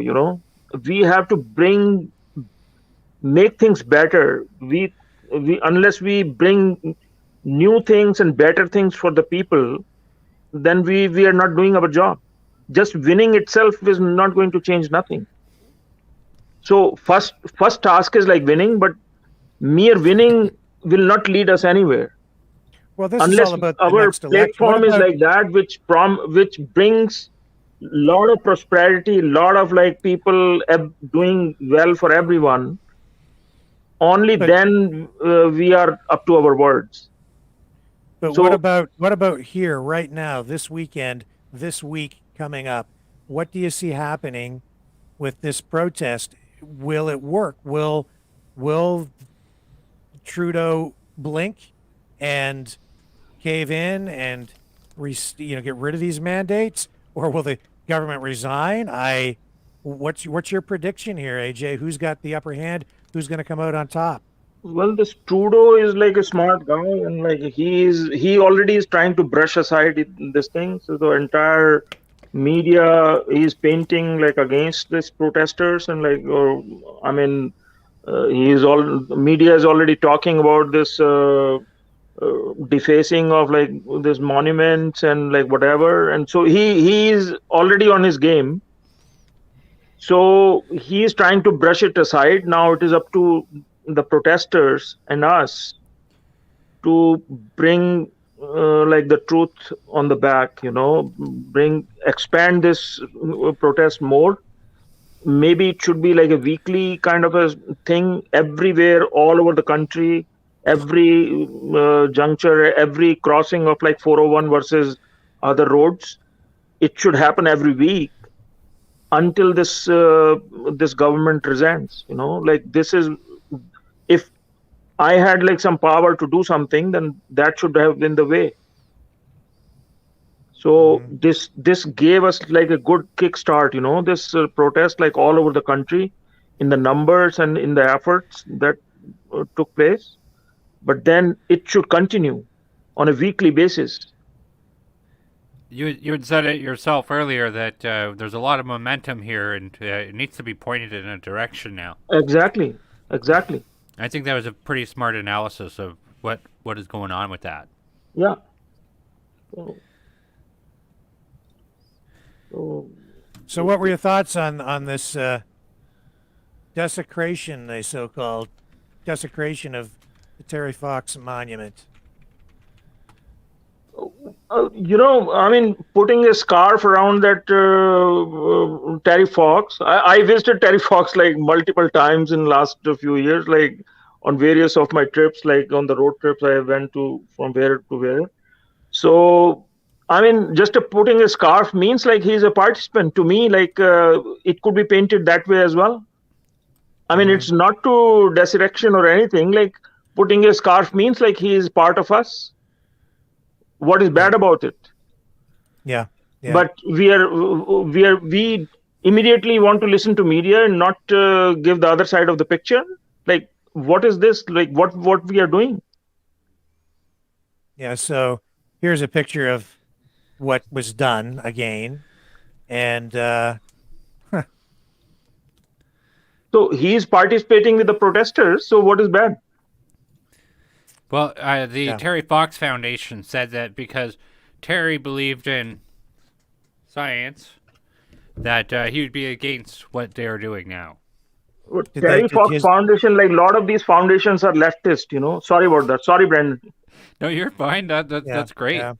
No, and I mean, don't get me started on how many of these corporations pay their CEOs absorbent amount of money. I haven't looked at the Terry Fox Foundation per se, but I know that they have made millions of dollars over the past 30 years. They're all paid by the Trudeau, this liberals and these corrupt parties, Well, I remember when Terry Fox was running across the country, and for quite a time, a lot of the media was trying to smear Terry Fox.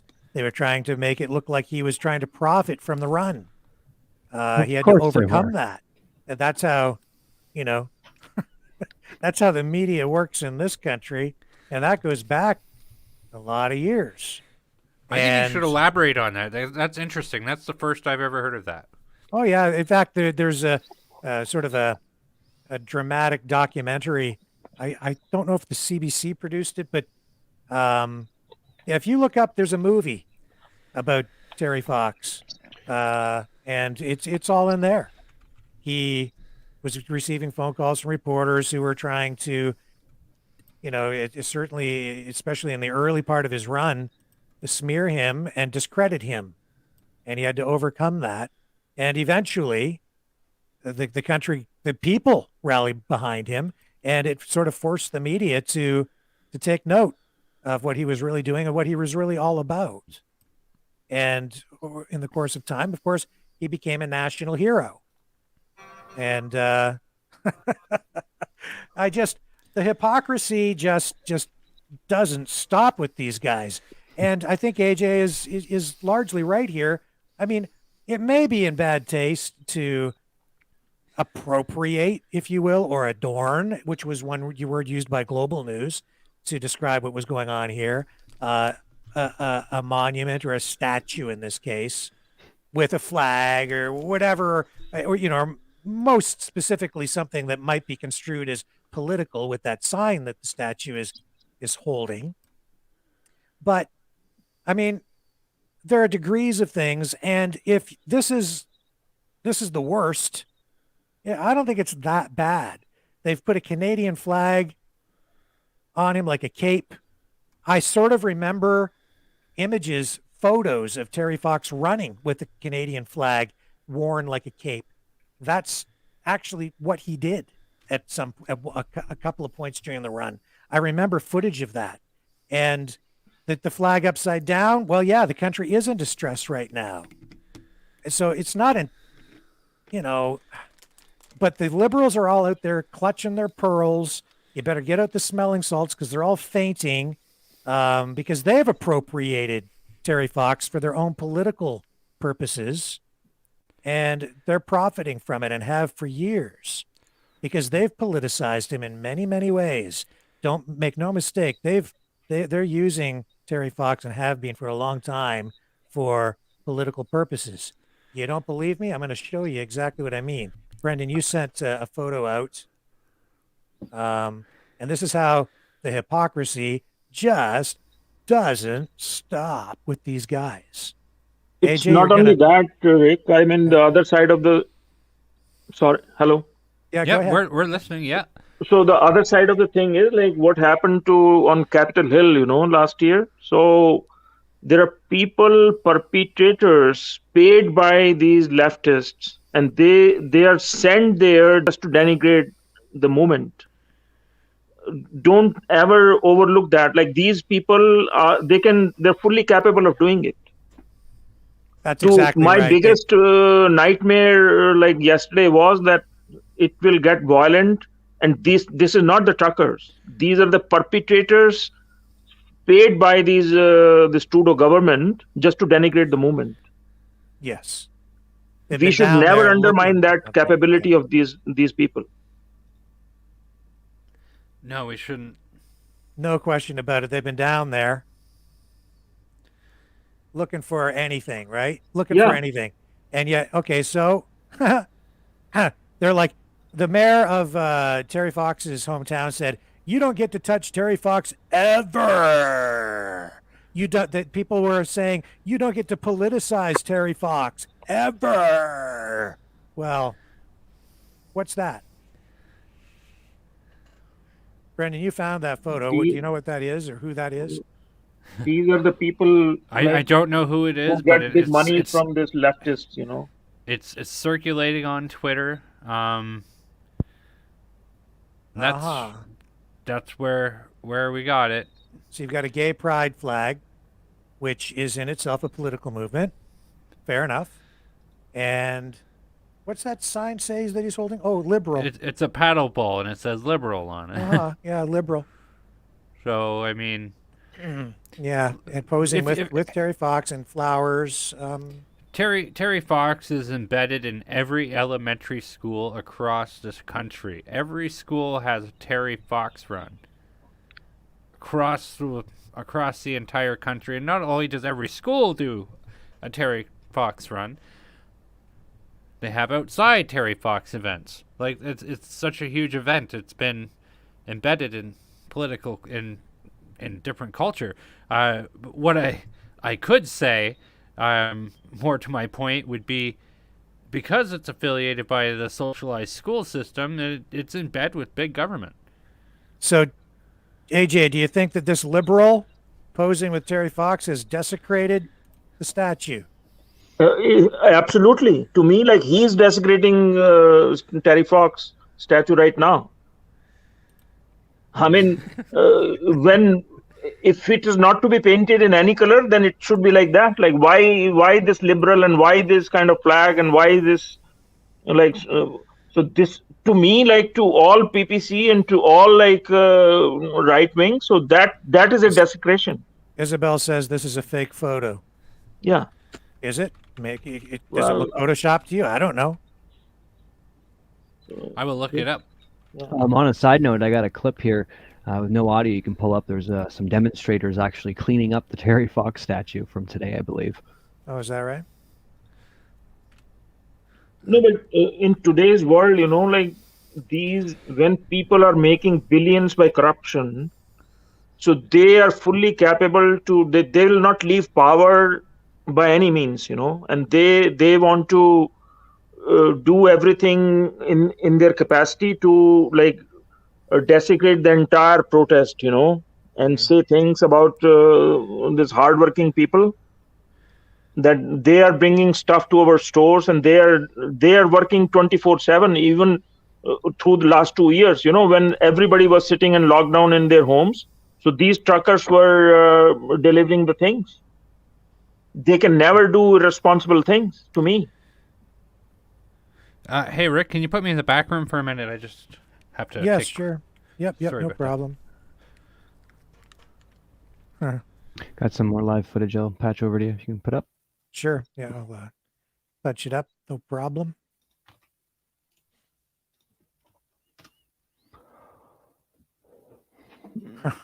I just, I don't know, AJ. It's going to be interesting to see how everything unfolds now, right? It's the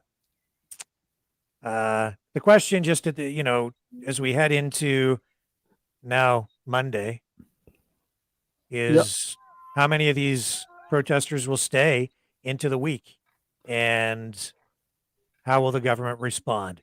Now you're getting down to the nitty gritty, right? Yeah. getting down to the real stuff.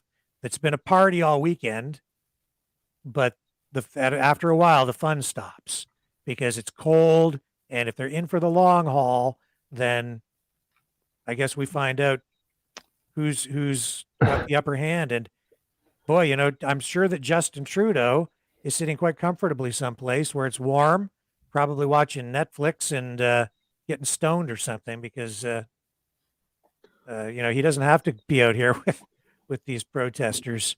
But these guys, but they've gone into battle in the middle of winter. Yeah. The worst of the hardest of the winter, they went, and it's a commendable effort. Like, to me, like, it will be such a waste, like, if it's allowed to go like that. So whosoever want to remain there, that they can stay there if they can sustain. But to me, like, even if they come back, like, this protest should be happening in every other city, every other town of the country, wherever possible, and wherever, like, blocking these highways and what, then these people have to listen. Well, they do have a war chest. I heard, and correct me if I'm wrong, but they're up over $8 million now. Yeah. So that's a lot of money if they use that to keep, you know, a bunch of these truckers parked there. But of course, they can't maintain this level of activity. A lot of these guys are going to leave. Oh yeah. So eventually the surreal feeling, is going to wear off and like you said, it's going to get to the point where who's going to last and who's going to have that determination. Because it all seems fun now, but this is serious. This isn't just for fun. This is a message that needs to get displayed and put across and has to be made aware of, for sure. That's what I said last night. It's all been, like I said to Brian Everett when he was on, and then Maxime, and I said after, it's been like a convention, or, you know, it's been like a festival. And Maxime Bernier described it last night when he was on with us as a rally. It's turned into a rally. Well, the rally starts to taper off tomorrow. I think there are more speeches planned. But once you get to Tuesday and there are no more speakers left, and it's just a standoff, and you just got guys sitting in their rigs, twiddling their thumbs, going a little stir crazy after, say, a week. And where is the leverage? If you're not blockading anything, if you're not disrupting supply chains, if you're not doing anything to cost big corporations money, or if you're not able to put pressure on government in some way, all you're doing is protesting again. And we've seen that these protests largely have not been effective. People protesting all over the place. And these efforts at, you know, mass non-compliance, like this guy Chris Sky advocates for, none of that has been effective at all. All that's done is get some people arrested, or it's gotten them tickets. Well, that, or it hasn't the mass hasn't happened on a mass scale to the point where, like, we're talking everybody. But it's like saying to everybody, all right, guys, the only way to fix the economy is if we all went to the bank today and pulled out our money. You know how hard it would be to coordinate that? It'd be impossible. With Chris Sky, you're not going to get that because he's not telling people the whole truth. Yeah, the reality is you've only got 10 or 20% of the population that would engage in so-called mass non-compliance, and the other 80 or 90% of the people who have gone out to get vaxxed are not going to back that up. They're going to continue to just fall into line because they got the jab so that they could get the privileges. Yeah. Why would they give it up? People's rights to begin with, but now they're dubbed to be privileges. Well, they got the privileges because they paid the price, because they got the injection. So they're not going to support the other people. So when Chris Sky is telling people to go out there and engage in mass non-compliance, he's really setting people up for tickets because there's just not going to be enough. Yeah. If you like, go ahead. There's also the mention of the blocking and stuff from stopping from people coming into the city. Yeah. We've been getting a bit of feedback on that from a lot of people have actually jumped on to start spreading the sharing of what's going on because of that fact. I actually have in the share here, it's the Google Maps of the delays of the roads around Ottawa here. Okay.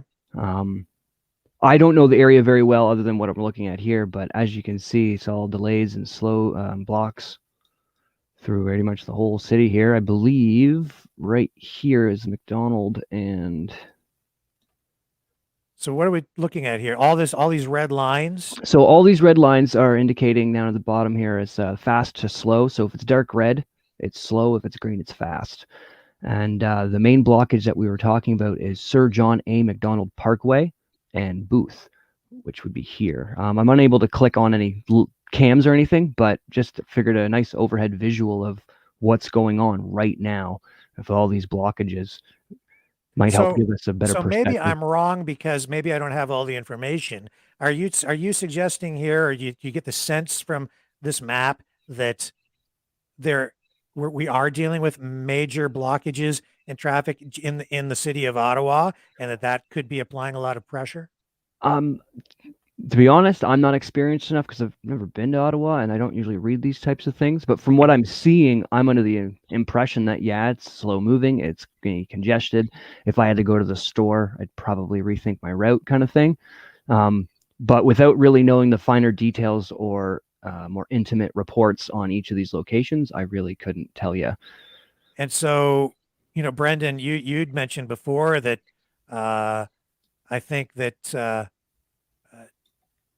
the media has, a lot of traffic cams have been shut down.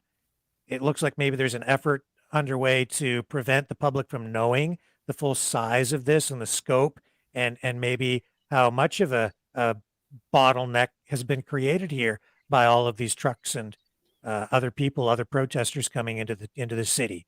If these red lines are an indication, you've got some pretty major choke points. Ottawa's pretty big, so. And your mic is muted, Brendan, just so you know. Yeah, look at the roads. The road says it's closed. Yeah. Like when you hover over, it says road closed, road closed, road closed. And that's, yeah. All the way to the north there, road closed. Yeah, and then up and through Gatineau Park, from Gatineau Park Vision Center all the way down through there to Pine Lake Lookout, And we saw images earlier that Brendan punched up of trucks being stopped. They wouldn't let them into the city. And so we know that also they've been, sending them off to staging areas, parking them all around the city, so not allowing them to go downtown in an effort to keep traffic moving. And I know that the protest organizers and the protesters in general have wanted to remain lawful and peaceful. Not just peaceful, but lawful. And that means not blockading things, but just the sheer volume of traffic coming in, as we've seen from all the footage of the convoys heading from across the country. Like, it's just that if all those guys actually go there. Here, if you could go to my my screen share again, go to my screen share. Yeah. So that white truck was there this afternoon when we looked at it, and I've seen on different convoy groups that people are walking out over there. They're dropping coffee off to different truckers. But that white truck that we see right here, that truck has been there all day. So that image has not changed, is what you're saying? No, it hasn't. So they're not updating that traffic cam. They're not giving us an image. Oh, they are updating it, but this truck here has been all day. This line hasn't moved. This is the same thing we looked at earlier this afternoon. That goes all the way back and beyond there. And that's a congestion point to the north of Ottawa is what we were looking at. And that front-end loader, that's been sitting there as well? No, not the whole day. No, that's new from what I've seen. That front-end loader, was sitting actually right over on the other side where you can't see it on this angle before. And now we're looking at it, and you can see that. There's a shared image in one of the support groups. It was an SOS in regards to the that point there at McDonald. I have it on the share screen if you want to pull that up when you get a sec. I guess they've been stopped to the point where they're going to need food, and they don't have any place to use the washroom because they're stuck and they can't move anywhere. Is that in StreamYard or in? I have it on my shared screen here. It's just a picture. That was posted, and I was made aware of it as well with a person I was talking to about this, and that was actually a reason for them jumping on board, doing what they're doing. It was a man named David, but yeah. So if anybody's in the area there, if you guys have updates or are willing to help out or anything like that, Yeah, well, it's there's cold up there. Colin Dunn says the West Coast convoy got blocked off just before the downtown core. They have about 60,000 trucks waiting to get in. Wow. And they were estimating 50,000 at the beginning of this. That was on Tuesday, Wednesday. And now we're what? Saturday, Sunday. This is nuts. So if that's accurate, that does apply some degree of pressure on the government for sure. But it's hard to get a real bead on all of this stuff, right? It is. And the that's media, why if anybody out there knows anybody who's stuck out there, tell them to email in at theflowofdiscourse@gmail.com, and we would love to talk to them. Like we need to get this information out to people. We just can't keep speculating on it. Like we need this out. We need this information out to people. I tried very hard to connect with people who are out there. People have spotty connections down there and that sort of thing, other than some of the live footage we've been able to get. But as far as getting to the real stories that we have with that, we're just not getting it. I don't know who MS is, but this says the RCMP enforces traffic on federal routes. We also protect certain properties and conduct patrols. We liaise with partners to ensure the safety and security of those who take part in demonstrations. So I'm getting the sense that MS might represent the RCMP, might be a media officer. If so, I appreciate the information.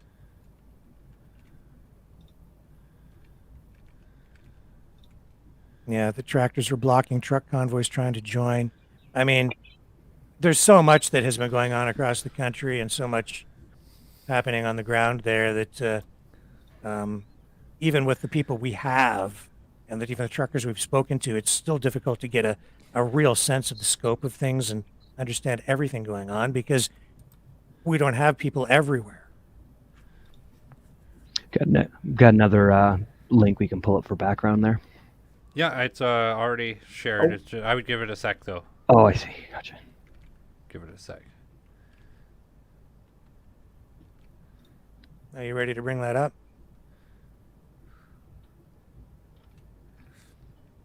No, hold up.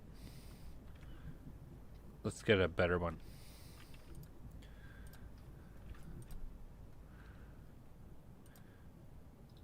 Did anybody hear about the statements made about the food shelter, the Shepherds of Good Hope? They had made a statement about what's been going on in Ottawa for them. MS says that statement was copied from the RCMP website, so I appreciate that. Thank you for clarifying. Thank you. Yeah.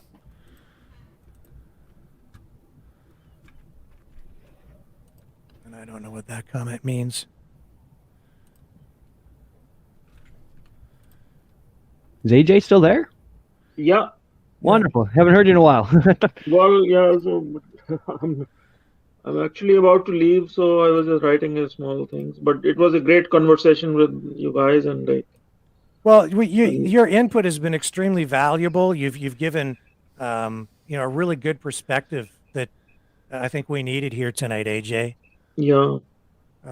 And I think that as far as the PPC is concerned, I think that your perspective should be given real consideration as well.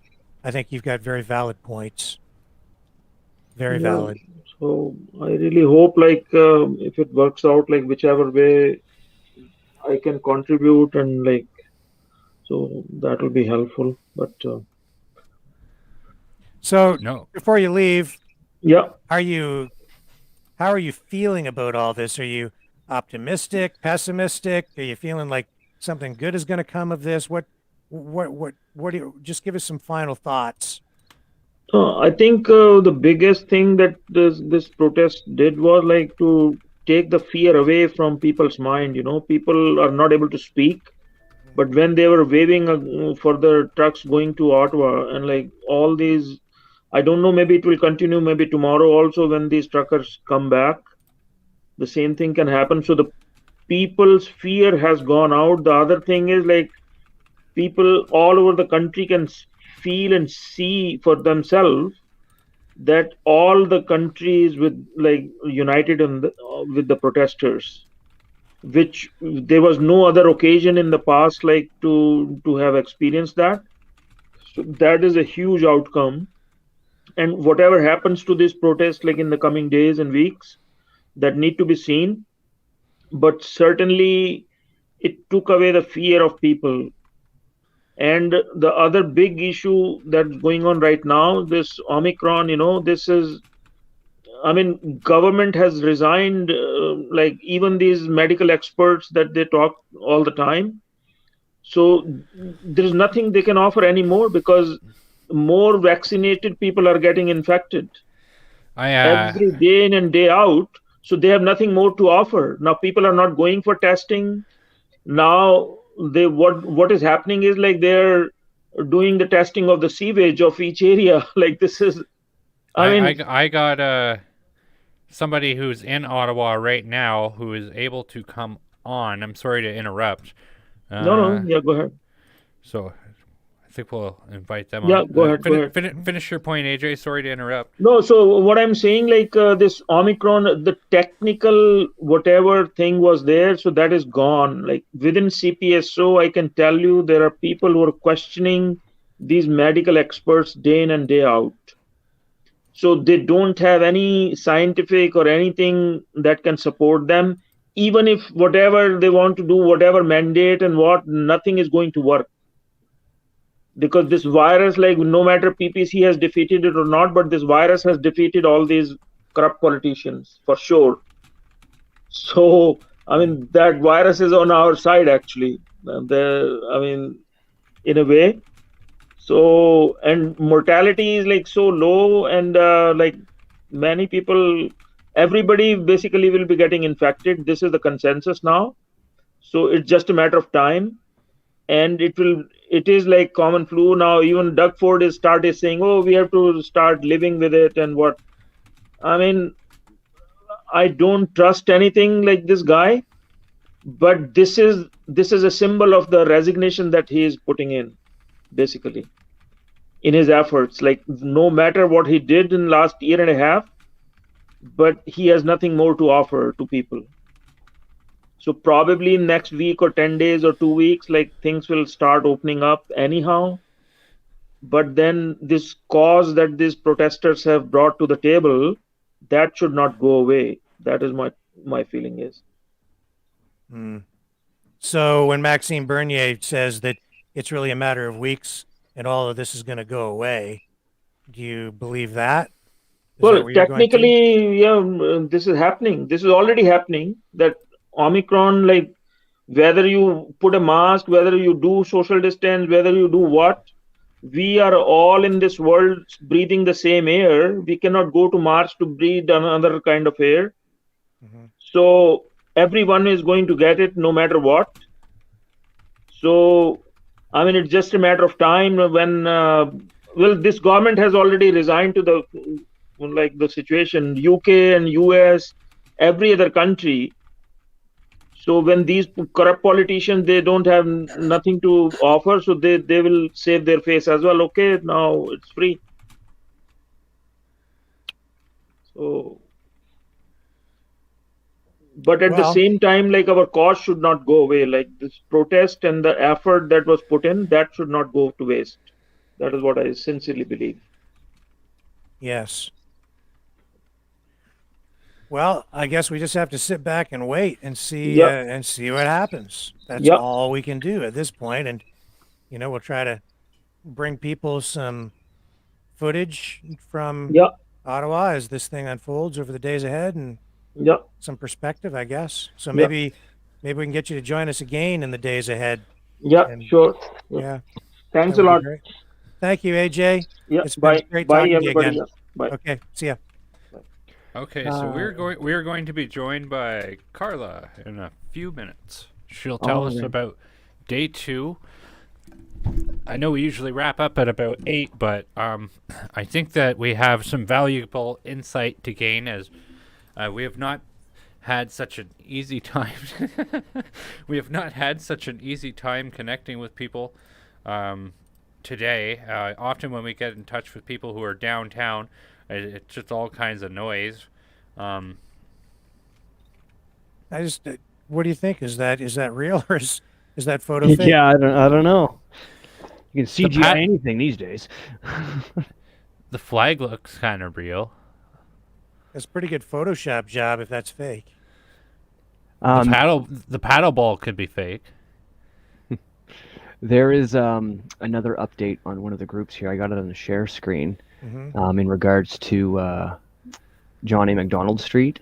Okay. It was, I guess, post 21 hours ago. It says, this is what happened today. We lined up with the convoy at the airport behind the Antrim truck stop. We hit the road around 1 p.m. We made our way to what we thought was going to be downtown Ottawa. However, the police had different plans for us. They made us take Sir John A. MacDonald, highlighted them below, and there's the pictures we'll go through in a moment, filled with KMS, full of truckers, and then locked us into a place with no place to turn around on the road. But the pedestrians and truckers are just overall, and everyone's being absolutely, what the heck? But the pedestrians and truckers and just overall everyone absolutely made up for the way the city and the police has treated us. And the photos, so I'm unsure of the exact perspective. Again, never been to Ottawa. And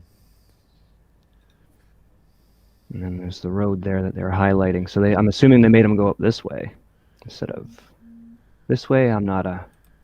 But yeah. Just a bit of an update there, kind of going by the seat of her pants. Yeah, it looks that way. Alt 333. Locked in entirely. Well, obviously the police service had a plan well in advance. Well, they did have a week. Yeah. If they didn't have a plan, well, then I think we should be reconsidering the force. They are doing their job too, Again, don't know the finer details of, but we are all just people with a series of tools to use for the positions we hold. Well, when I hear when protests like this are organized and start to unfold, I've been hearing it all the time when something's going on. It's like, I spoke to the cops and they've got our back. No, they don't. The cops have their job to do, and that's basically to, keep the public safe, and everything is predicated on that. And they don't have your back.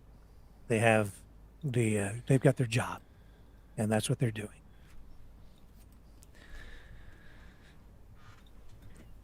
That's very true. And there's been a lot of, I think that's probably the only remotely negative note we've heard all weekend about the police. About them having different plans. That being said, we've seen in some cities, some police services, behavior from some officers that maybe could have been handled a little differently. And police have been put in a pretty difficult position a lot of the time. You look at some of the stuff that has happened in Montreal, arrests that have taken place, the way they've treated reporters, in particular rebel media reporters. You look at the arrests of pastors. You see the fences put up around churches. So these are controversial things, and in a lot of cases, we've seen officers arresting kids for playing, and bylaw officers and police arresting kids for doing things like playing ice hockey outside. There's a lot of damage that has been done to the relationship between the public and police. There has been. It's extremely unfortunate. So, I did go, I have been to church this morning. And I was thinking a lot. We've had a lot of weird. This pandemic has done some weird things in regards to, like, people's faith. Like, ever over the past year, I would say longer. Like, churches have been demonized as super spreader places, and all these other things. And politicians are very easy to throw this stuff in the garbage, but I think that there is a much deeper damage that you do when you mess with freedom of religion and freedom of belief. I mean, that even is the belief of being a-religious, but the postmodernist bead has been put onto the church, and people are entirely fine with not having the right of religion or anything like that. Mm-hmm. That's a Marielle says, I'm sure the city doesn't want to get locked in by thousands of trucks coming and hearing this corrupt, illegal traffic lockdowns. Well, I mean, that's the thing, right? The truckers have, by and large, not wanted to engage in anything unlawful. It hasn't, the blockade, I never heard them say that they wanted to blockade the city.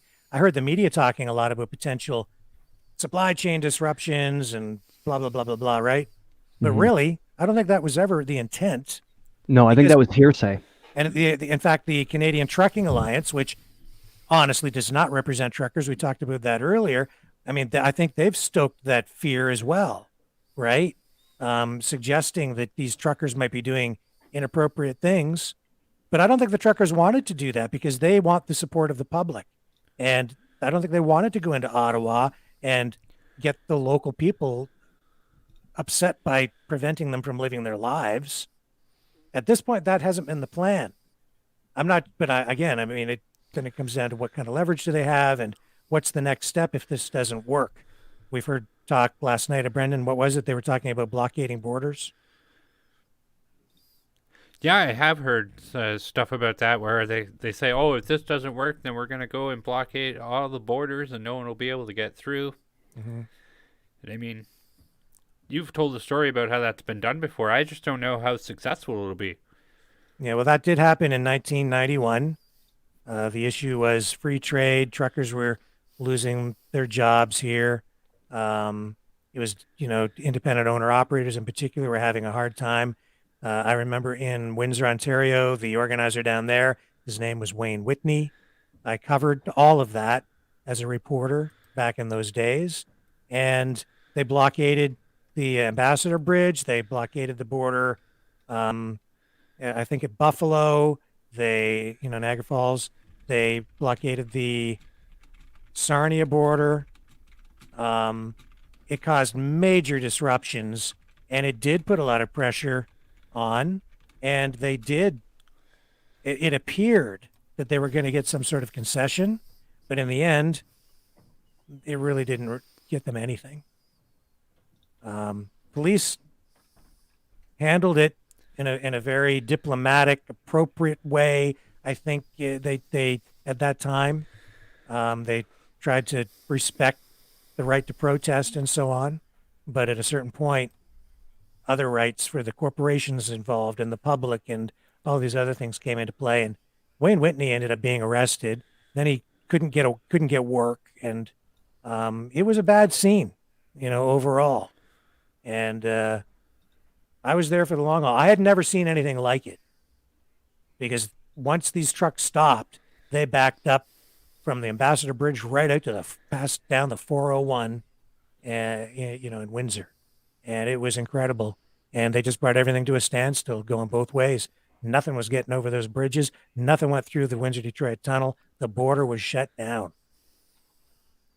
That starts to get attention. But that's a different deal than what we're seeing here today. Oh my, that is quite the awful literature there, Jeffrey. Mm.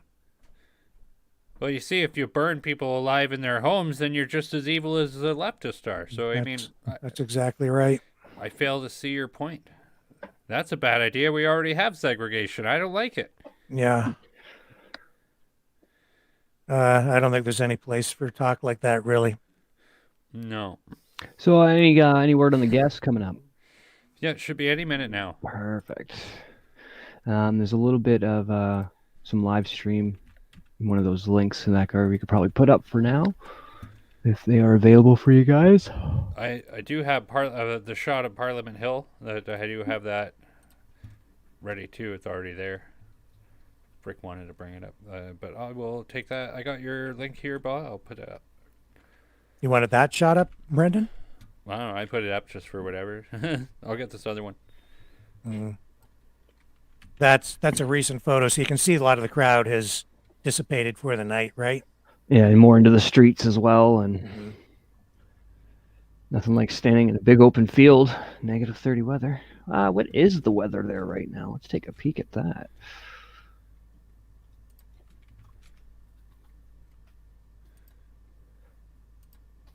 Still -12. That's not too No, bad. no, that was at 8. Yeah, that's at 8. So it's definitely warming up a little bit compared to some of the other days.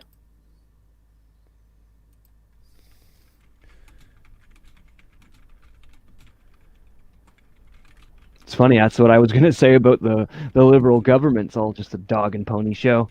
They can't even answer fucking questions.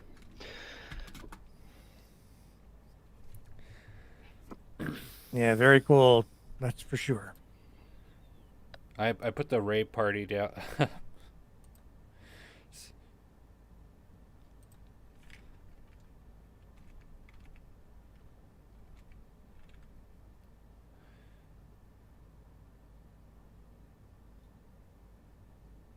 And it looks like we have a guest. Hi there. Hey, how's it going? It's much better now that you are here. Well, I don't know. I'm much warmer. I had to come in and shower as soon as I got back to the room. It's pretty cold in Ottawa, right? Yeah. Get on. I'm ready to go. So why don't you introduce yourself, because I don't know what we're dealing with here. Okay, so my name is Carla Olson, and I'm from Sarnia, Ontario. I don't know if anyone where you guys are from. Nice. I actually live in Kamlaki, just outside of it, just kind of on the lake there. So I live on Lake Huron, lucky. I was a nurse at Blue Water Health, and I got terminated November 1st because of these mandates. So I'm pretty passionate about everything that's going on, and anything to do with mandates, I want them gone. Like most, well, by the show of people that were there today, I think they said they thought yesterday there were like 2.5 million, 1.5 to 2.5 million people. They were just countless, right? It was that many in yeah, Ottawa? like it was packed, and it was like there was the whole core section right in front of Parliament Hill, like on Parliament Hill, and then just down below, and then there were just reams of people walking up and down for block after block after block, just covering the sidewalks. It was just a sea of people. I don't know if any of you were able to see some of the aerial views that are out there. Yeah, we were actually able to share some of the stuff that's been available already, and wow, what a perspective. We had no shortness of contacts yesterday to talk with us and give us the layout of the land, but it's been a bit harder finding people who want to share. I mean, it's busy, and a lot of people's internet is pretty skittish, or data is pretty skittish. So, so today, what would you say the vibe on Sunday was about the same as it was on Saturday, or is there anything changed? It was the exact same vibe. I mean, as the day went on, people had to go home, some had to go back to work, right? Like I know even the hotel we're staying at, we saw a lot of people checking out. Pretty much, I think everyone that we were here, like everyone that I knew that was here from Sarnia, they checked out as well today. The cool thing is many want to come back on the weekend. So nice. I think that's pretty neat. Like people want to really support as much as they can and come back as often as they can. But I would say once I got onto the hill a little bit later in the day, yeah, it was definitely cut out in half. However, I did see more trucks come. I found that there were more, the trucks were spreading out longer in a whole other section down on Rideau Street, I guess it is, right, like all the way down past the mall, where there were no trucks there yesterday. So somehow some of these trucks that have been diverted and moved to lots and things like that are finding their way in slowly but surely. We had a good show from, was it Saskatchewan, I saw today, on some of the side streets. Like the side streets are starting to fill in too, certain ones. So They are getting in, but definitely not as quickly as I think the convoy had expected it to go. There's a little bit of pushback, from the police, like on getting them in. Yeah, so they're directing the traffic and implementing a plan to try and prevent traffic congestion down there as much as they can. Yeah. Yeah, and I think the truckers, all in all, are trying to be respectful as much as they can and listen to them. Yeah. Although at the same time, their message is going to be heard, and so they are going to get in. I don't know. I don't know what's happening with that. How the police are speaking to the truck drivers. I don't know how they are responding. It just everything seems very respectful. But I do have faith that they're going to get the job done. They're going to get these trucks in. Is this going to be enough? Do you think they're? Where do you think this is going? Yeah, it's it's really hard to say. I mean, we've all kind of watched Justin Trudeau become drunker and drunker with power throughout the last 2 years, right? So he's got such a level of arrogance that I can't even. It's unimaginable which way he might go. I think he's going to be a hard north or a hard south with it, or if you want to say a left or a right. I feel like he's either going to, just really slam it harder, be a little bit harder on basically, this sect of society. What are we? We're the unvaccinated, we're they're terrorists. He's going to go really hard on us, or he's going to have to lift it. I mean, we're seeing provinces like Saskatchewan is talking about lifting all their mandates. I believe Alberta was discussing it. So I mean, this has already been somewhat impacted, throughout the provinces. If we can get the premiers to jump on board, that kind of takes that power away from Justin Trudeau, right? Right. Yes. So are they in the right place, protesting at the right place? Maybe they should be at the provincial legislatures. Well, ultimately, because it's his federal mandates that are affecting the truckers, but they want all mandates gone. Like, I think the media has really done a disservice, I mean, entirely for the last 2 years, but specifically on the fact that they are saying that the, truckers are just looking to deal with their vaccination mandate. But in essence, no, that's not the truth. The truth is they want all mandates gone. They're anti-mandate across the board. It's not just about saving their jobs and making change within their industry. It's for everyone. So what's the information on the ground regarding Booth and Sir John A. Macdonald Parkway? It's our understanding that it's blocked off. I do have the traffic cam footage here. I'll share it. Give me a sec. Well, okay, so let's just pull this up. So this white truck here has been there all day, and we're getting reports all over social media that this tractor here is blocking it, and that this goes up for a long time. Have you heard anything about this throughout the day, or? Yeah, we're actually seeing it inside the city too. We're seeing snow plows and things like that blocking. I have heard that they are being blocked, and there are like hundreds of trucks outside of the city. Just this morning, outside my hotel, like early at 9 o'clock in the morning, I did speak with someone who has contact with the truckers. I believe he owns a trucking company, and he said that there were trucks, like 200 to 400 trucks parked in parking lots outside the city, and the farmers were even allowing them to park in their fields. So they're trying to get them in, but I mean, I don't know how quickly they will. They're coming. I mean, I know the world wanted to see, massive trucks just coming in and lining up, and that I think was the plan. But I think that there are different, they're running into obstacles that they didn't expect, so. Of course.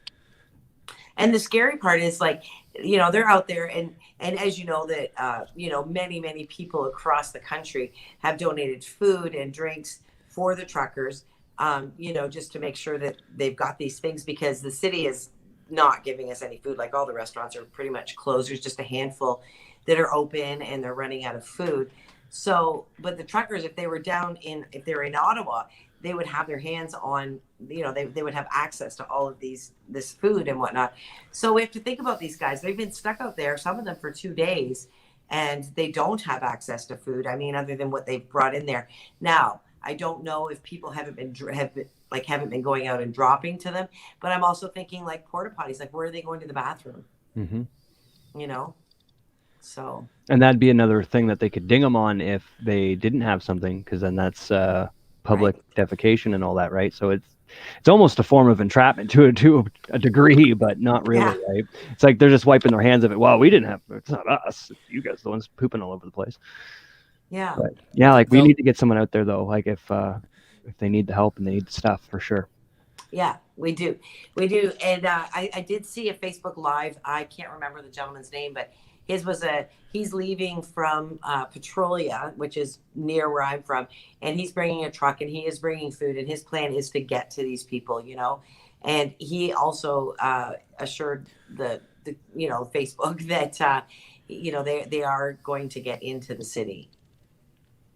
They won't stop.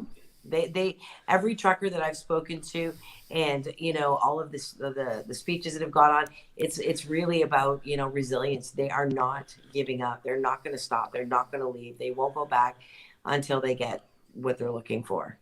So that's why I say this could go either way, right? Mm-hmm. Because it's resistance on both sides. If we have resistance on both sides, I don't know. Do I think that the truckers are going to become violent? No, but do I think that the government is more likely to become a little hostile? Yeah, I do. They could. We've definitely seen that in the past. The RCMP have installed agitators in many different cases, or have helped create quote-unquote terrorist attacks, and then throw people in jail and that sort of stuff. Seems to me that it might not come to that, but there's a point, and it's the same thing that happened in 91. They let the trucks sit there for so long, but then they go in and they start to arrest key people. They would identify what people they would deem to be organizers, cut the snake's head off, and then start towing and handing out tickets and doing whatever they have to do to break it up, right? The problem with this one is it's so damn big, right? Well, They don't know who the actual organizers are. Yeah, they have a couple of names, but I mean, these truckers are not going to give up as easily as maybe they did the last time. We've learned, over the last 2 years that, their tickets mean nothing to us. I mean, restaurants are getting fined left, right, and center in my area, and they don't care. They're just going to fight them. And I've heard many people say they're just not going to pay them. Yeah. Because they're not valid. And how much time does it take for these to go through the courts, right? And that's true too. I'm finding it's interesting as I scroll out.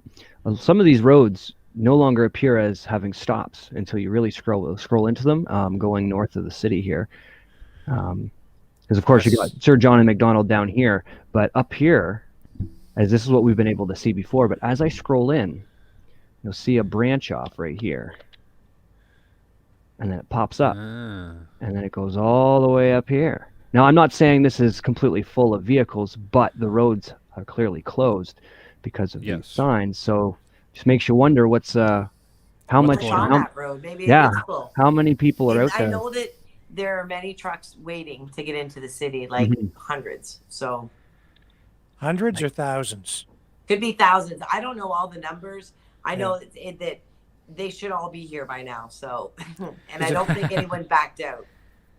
No, the organizers should have a number of some degree. I know because the GoFundMe page, there's a whole process they're going to have to follow in regards to registering and getting receipts to be compensated for fuel and such. So there's going to have to be some logistics or some a paper trail of some kind, at the very least by the end of this. Was it? Am I wrong in thinking that at one point the number was 150,000? There's been a lot of numbers come out. It's just so hard. It's just so hard to believe, like what to believe. I know. I am curious. So, what's the plans for tomorrow, and how long are you staying? Well, we're going to stay tonight and then tomorrow. So we arrived Thursday night. We came up with the convoy, and we arrived Thursday night. We went ahead of them. The truckers all stayed in Kingston, but we came ahead and got into our hotel. And we'll stay tonight and tomorrow night. And then our plan is to come back on the weekend on Friday. So we're going to go home for a couple of days and then come back. Has it been hard to sleep with all the honking? Is it honking nonstop? Yeah, I mean, just talking more on the respectfulness, right? Like there's no honking right now. I don't even know what time it is at this point, but it's there, but it's not as like loud. Like in the middle of the day, I can hear it in my hotel room when I come back to go to the bathroom or warm up. But it starts to decrease at nighttime. I mean, apparently they were partying until 3 a.m. on the hill last night. Just having a dance party, friendly, was all good.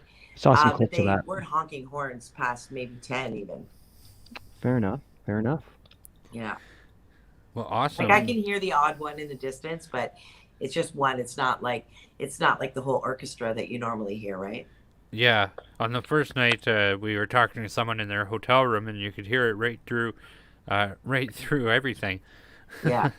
So it says Colin says that they're bringing in law enforcement reinforcements from other cities. They are. I've Yeah. seen Durham police. We've seen OPP. We've seen Toronto. Yeah, they are. And they're like clusters, and they stay with their own. Like the Durham police are in a cluster of maybe 8 to 10 to 12 of them all together. And it's almost like they're positioned in certain areas. So they're usually in groups of, 8 to 12. Right. So did we see the London police? I don't think so. We just saw No. Toronto and Durham and OPP. Have you noticed anything different in police presence from Thursday to today? Yep, I've watched it increase. So the only police presence we saw on Thursday was the odd police car sitting on the side streets, just kind of with their lights on, looking at things.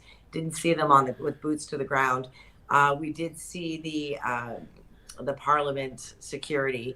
We're all behind Parliament. They still remain.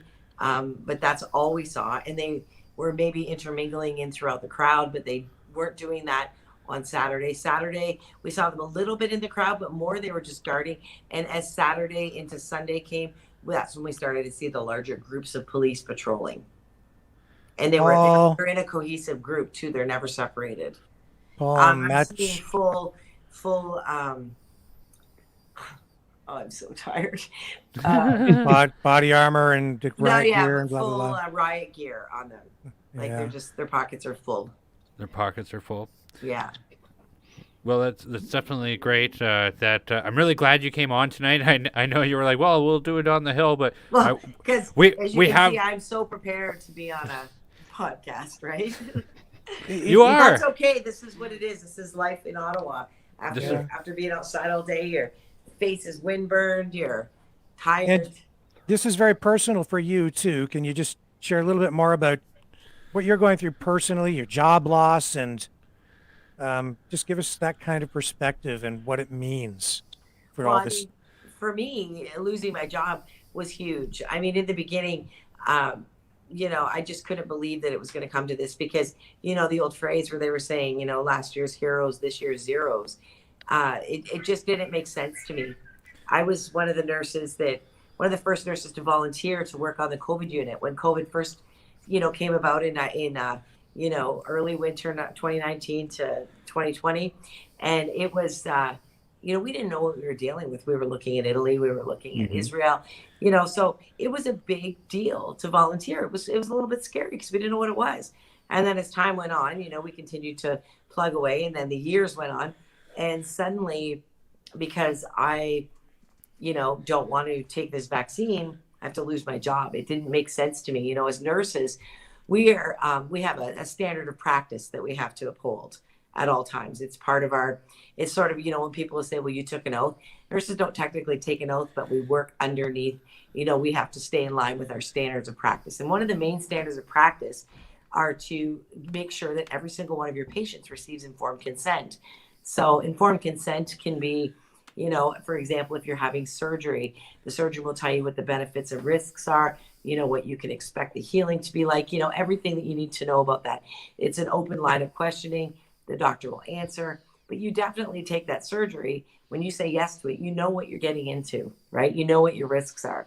Mm-hmm. And so when the hospital, when they came to us with this vaccine, it was brand new. We were like, well, where's the data? We couldn't see the informed consent. So it was kind of like, yeah, this is pretty new. And that was made pretty quickly. Not to mention a lot of us who'd worked in the COVID units, we saw, I mean, every death matters, right? We did see people die, but we didn't see young people dying. We didn't see what we were seeing in Israel and Italy, you know, in the very beginning. What we saw were a lot of people in their late 80s, early 90s, like the true elderly with multiple comorbidities. They weren't healthy people. They were the same people that we would see dying of the flu, you know, back when the flu, you know, years previous to COVID. Am I saying that COVID is the flu? Absolutely not. I'm not saying it's a flu, but I'm just saying that it does target that population, you know? So for me, I guess when they wouldn't let me, when they just wouldn't let us continue with rapid testing, yeah, it was like a real slap in the face. I've often described as being thrown out in the trash. You know, I loved nursing. It was a career that I was passionate about. And I think just about any nurse you speak to will tell you that they actually, you know, it's not just a job. You begin to identify as a nurse. So to find out that, you know, I was going to lose my job and I didn't feel that I could any longer identify as a nurse, it was like a life change. Like it was huge for me. It took me a few months to get over it, but I knew I was not going to stand down and accept this mandate, right? Because nope. Yeah. So this gives you hope. Yeah, it really does. It gives me hope for me and for the nurses that were my colleagues. Like in my hospital in Sarnia, there's about 2,500 employees. And when the mandate came down, when they first came down, there were like over 400 of us. Well, 300 to 400. I would say it was more like over 400 of us that were saying, no, we're not going to do this right now. And, you know, every single one except 18 of us were fired on November 1st. So every person that complied and got vaccinated out of that group, not one of them did it because they believed in the science. Not one of them did it because they wanted to. They did it to keep their job. They were coerced. So I think that this brings hope to them too, because a lot of these nurses and healthcare workers in general in the hospitals are already fearing that they're going to mandate the booster for them, right? As it's happening in long-term care. So yeah, this gives them hope. I think about my colleagues that didn't want to. That's amazing. I'm hearing inklings and around some healthcare industries. Maybe you could shed some light on it. I know you don't work in that industry right now, but I am hearing that any employees of certain hospitals that are not that provide like social media coverage or any type of support for the convoy, that they could expect to be terminated or reprimanded. Have you heard anything like that from any of your old colleagues?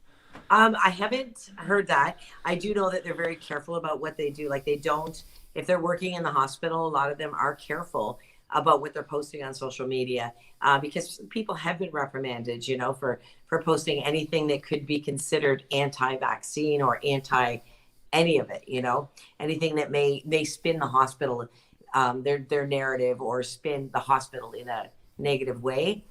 I do think that a lot of healthcare workers, though, are now becoming far bolder. Like one of my colleagues that was standing with me when our mandates came down at the hospital, she ended up taking the vaccine because she needed to support her family. She was here, and you know, she's been posting on social media. So I think people like her are at a place where they're just like, yeah, they can't own me in every area of my life, you know, because I think it's really, that's a big overreach. When you are trained as a nurse and when you're practicing ethics, I mean, they must have courses in ethics, right? Yeah, we do. So is anything that they're doing, is it ethical based on the things that you've been taught? Because it doesn't seem that way to me. Well, I mean, it depends on who you're talking to, right? When you're talking to me, I believe that it's completely unethical. I was a clinical instructor with Lambton College as well. And of course, because I wasn't vaccinated, I wasn't eligible for my contract. We go on contract semester to semester. So even with my students, that was a big piece. Again, it goes back to informed consent. It's unethical to not give someone informed consent. They have the right to that so that they can choose, because that goes hand in hand with another standard of practice, which we hold very dearly. And that is every single patient has the right to refuse. You can go to the College of Nurses website. That's where our standard of practices are. And both of those are highlighted, though both of those are huge and important, and they are ethical. So without informed consent, you know, that's unethical. And then to not allow a patient to refuse or to coerce them, that is also unethical. So yeah, the whole thing is unethical according to me. If you're speaking to perhaps the chief of staff where I was working, he would probably disagree with me because he takes the spin on it to do your part, right? He's very pro-vaccine. He thinks that everyone needs to be vaccinated. You know, he knows that the vaccinated can still contract and transmit COVID-19, but he feels that that nurses should just do their part because, you know, we don't want them out sick longer or, you know, any of those things. So honestly, it just depends on how you want to spin it, which, you know, pre-COVID, ethics were ethics. It was kind of black and white, right? It was either ethical or unethical. Always was. The law was either the law or it wasn't. You know, it was either for the law or against the law. But look at what's happening with human rights. You know, look at all the laws that are being trampled on. Like everything has kind of gone, you know, to debate. So that's a good point. I think that like blood transfusions and stuff like that, we've all heard about people refusing blood transfusion, but I don't think anybody ever cared if they did that before. I mean, maybe nurses would have been, well, gee, that's stupid of you. Why would you do that? But then you can't force the treatment on them if that's the case, right? That's right. It's under the Charter of Human Rights. I mean, that's a twofold, right? Because it's under the Charter of Human Rights. Most times it's for a religious belief. So they have the right to refuse under the Charter, but also under the standards of practice. They have the right to refuse any medication. For example, if you were my patient in the hospital and I wanted to give you a pain medication and you're really, you know, against it, and I'm looking at you telling you, you know, you just had surgery, you're in an awful lot of pain, this is going to help you take it, it's better to stay ahead of the pain. I can give you the whole story and give you every piece of information you want, but if at the end of the day you would rather be in pain than take my medication, who am I to judge? You have that right to say no. And if this is allowed to stand, as it has, and they take away your right to say no by coercing people, which is what they've been doing by taking people's jobs away, this sets, in my view, and maybe I'd like your thoughts on this, but doesn't it set a dangerous precedent? And so if they can do it for this, they can do it for other things and other procedures?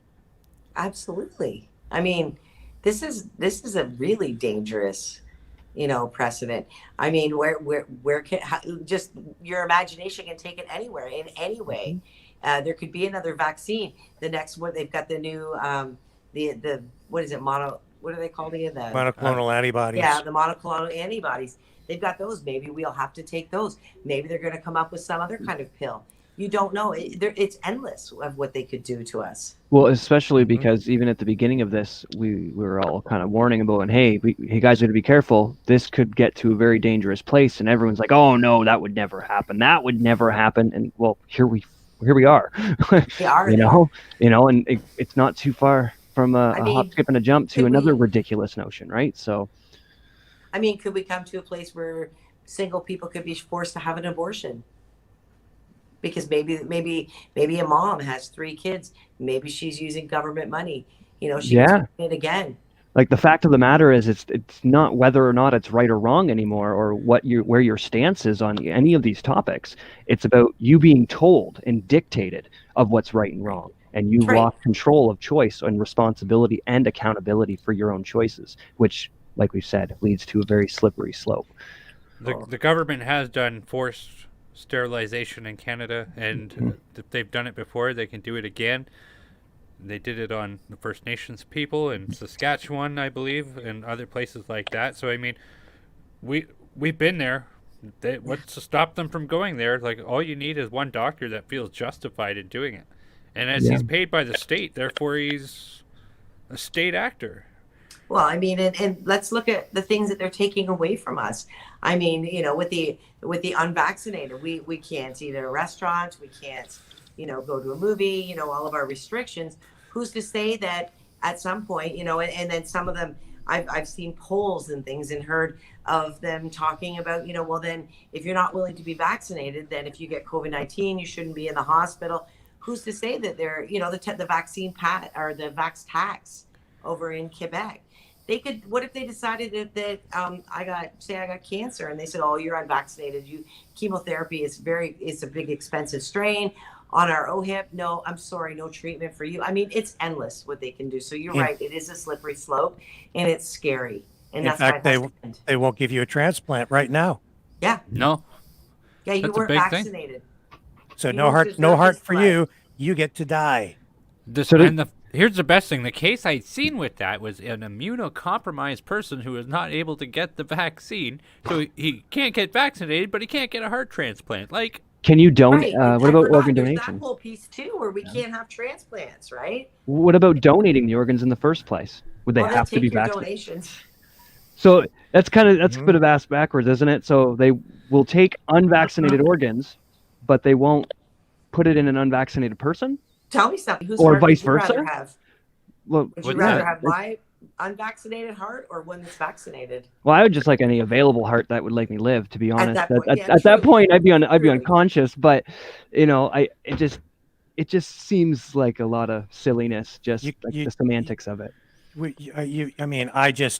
There's no way it's ethical to discriminate when it comes to transplants on that basis. No, absolutely not. We're all human beings. This is horrific because they're saying literally, you don't get vaccinated, you get to die. We're going to all let equal. you die. And we're all equal, but some of us, well, we're not as equal. Right. And that's where we're at today. Mm-hmm. It's a shame.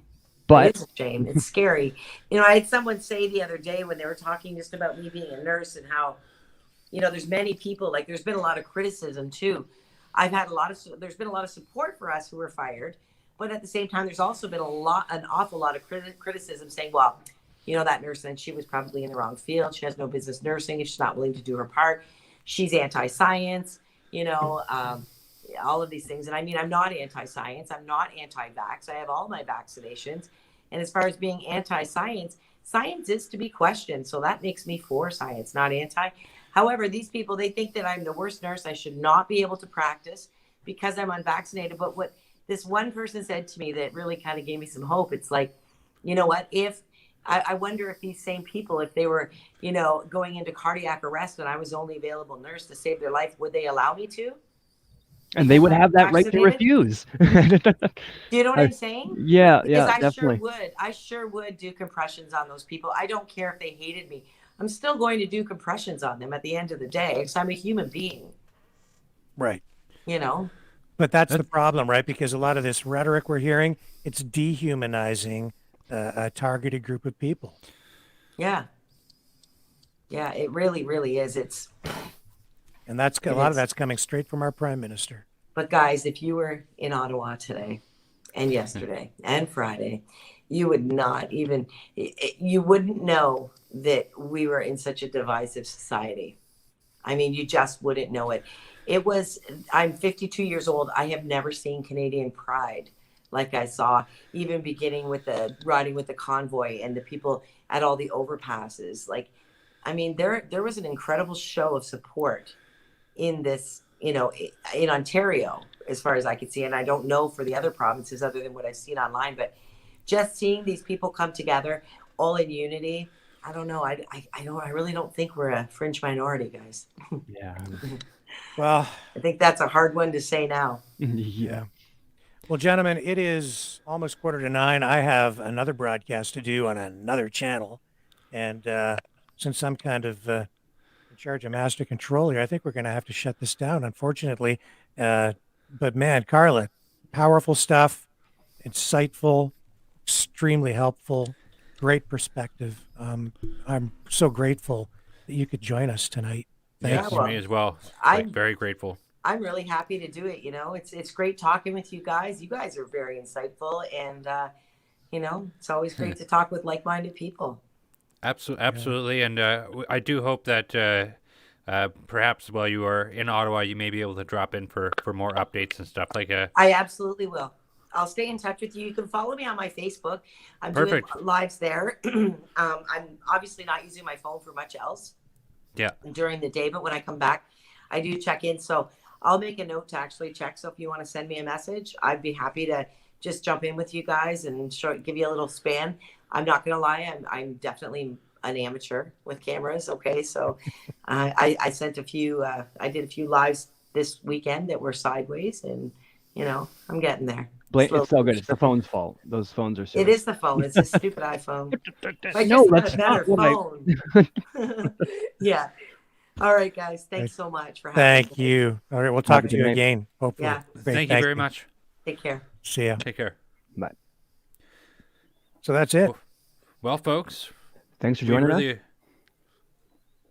More to come, I guess, maybe through the week. We're going to have to play this by ear to some degree, I guess, right? Yeah. Yeah. What do you want to tell the viewers out there?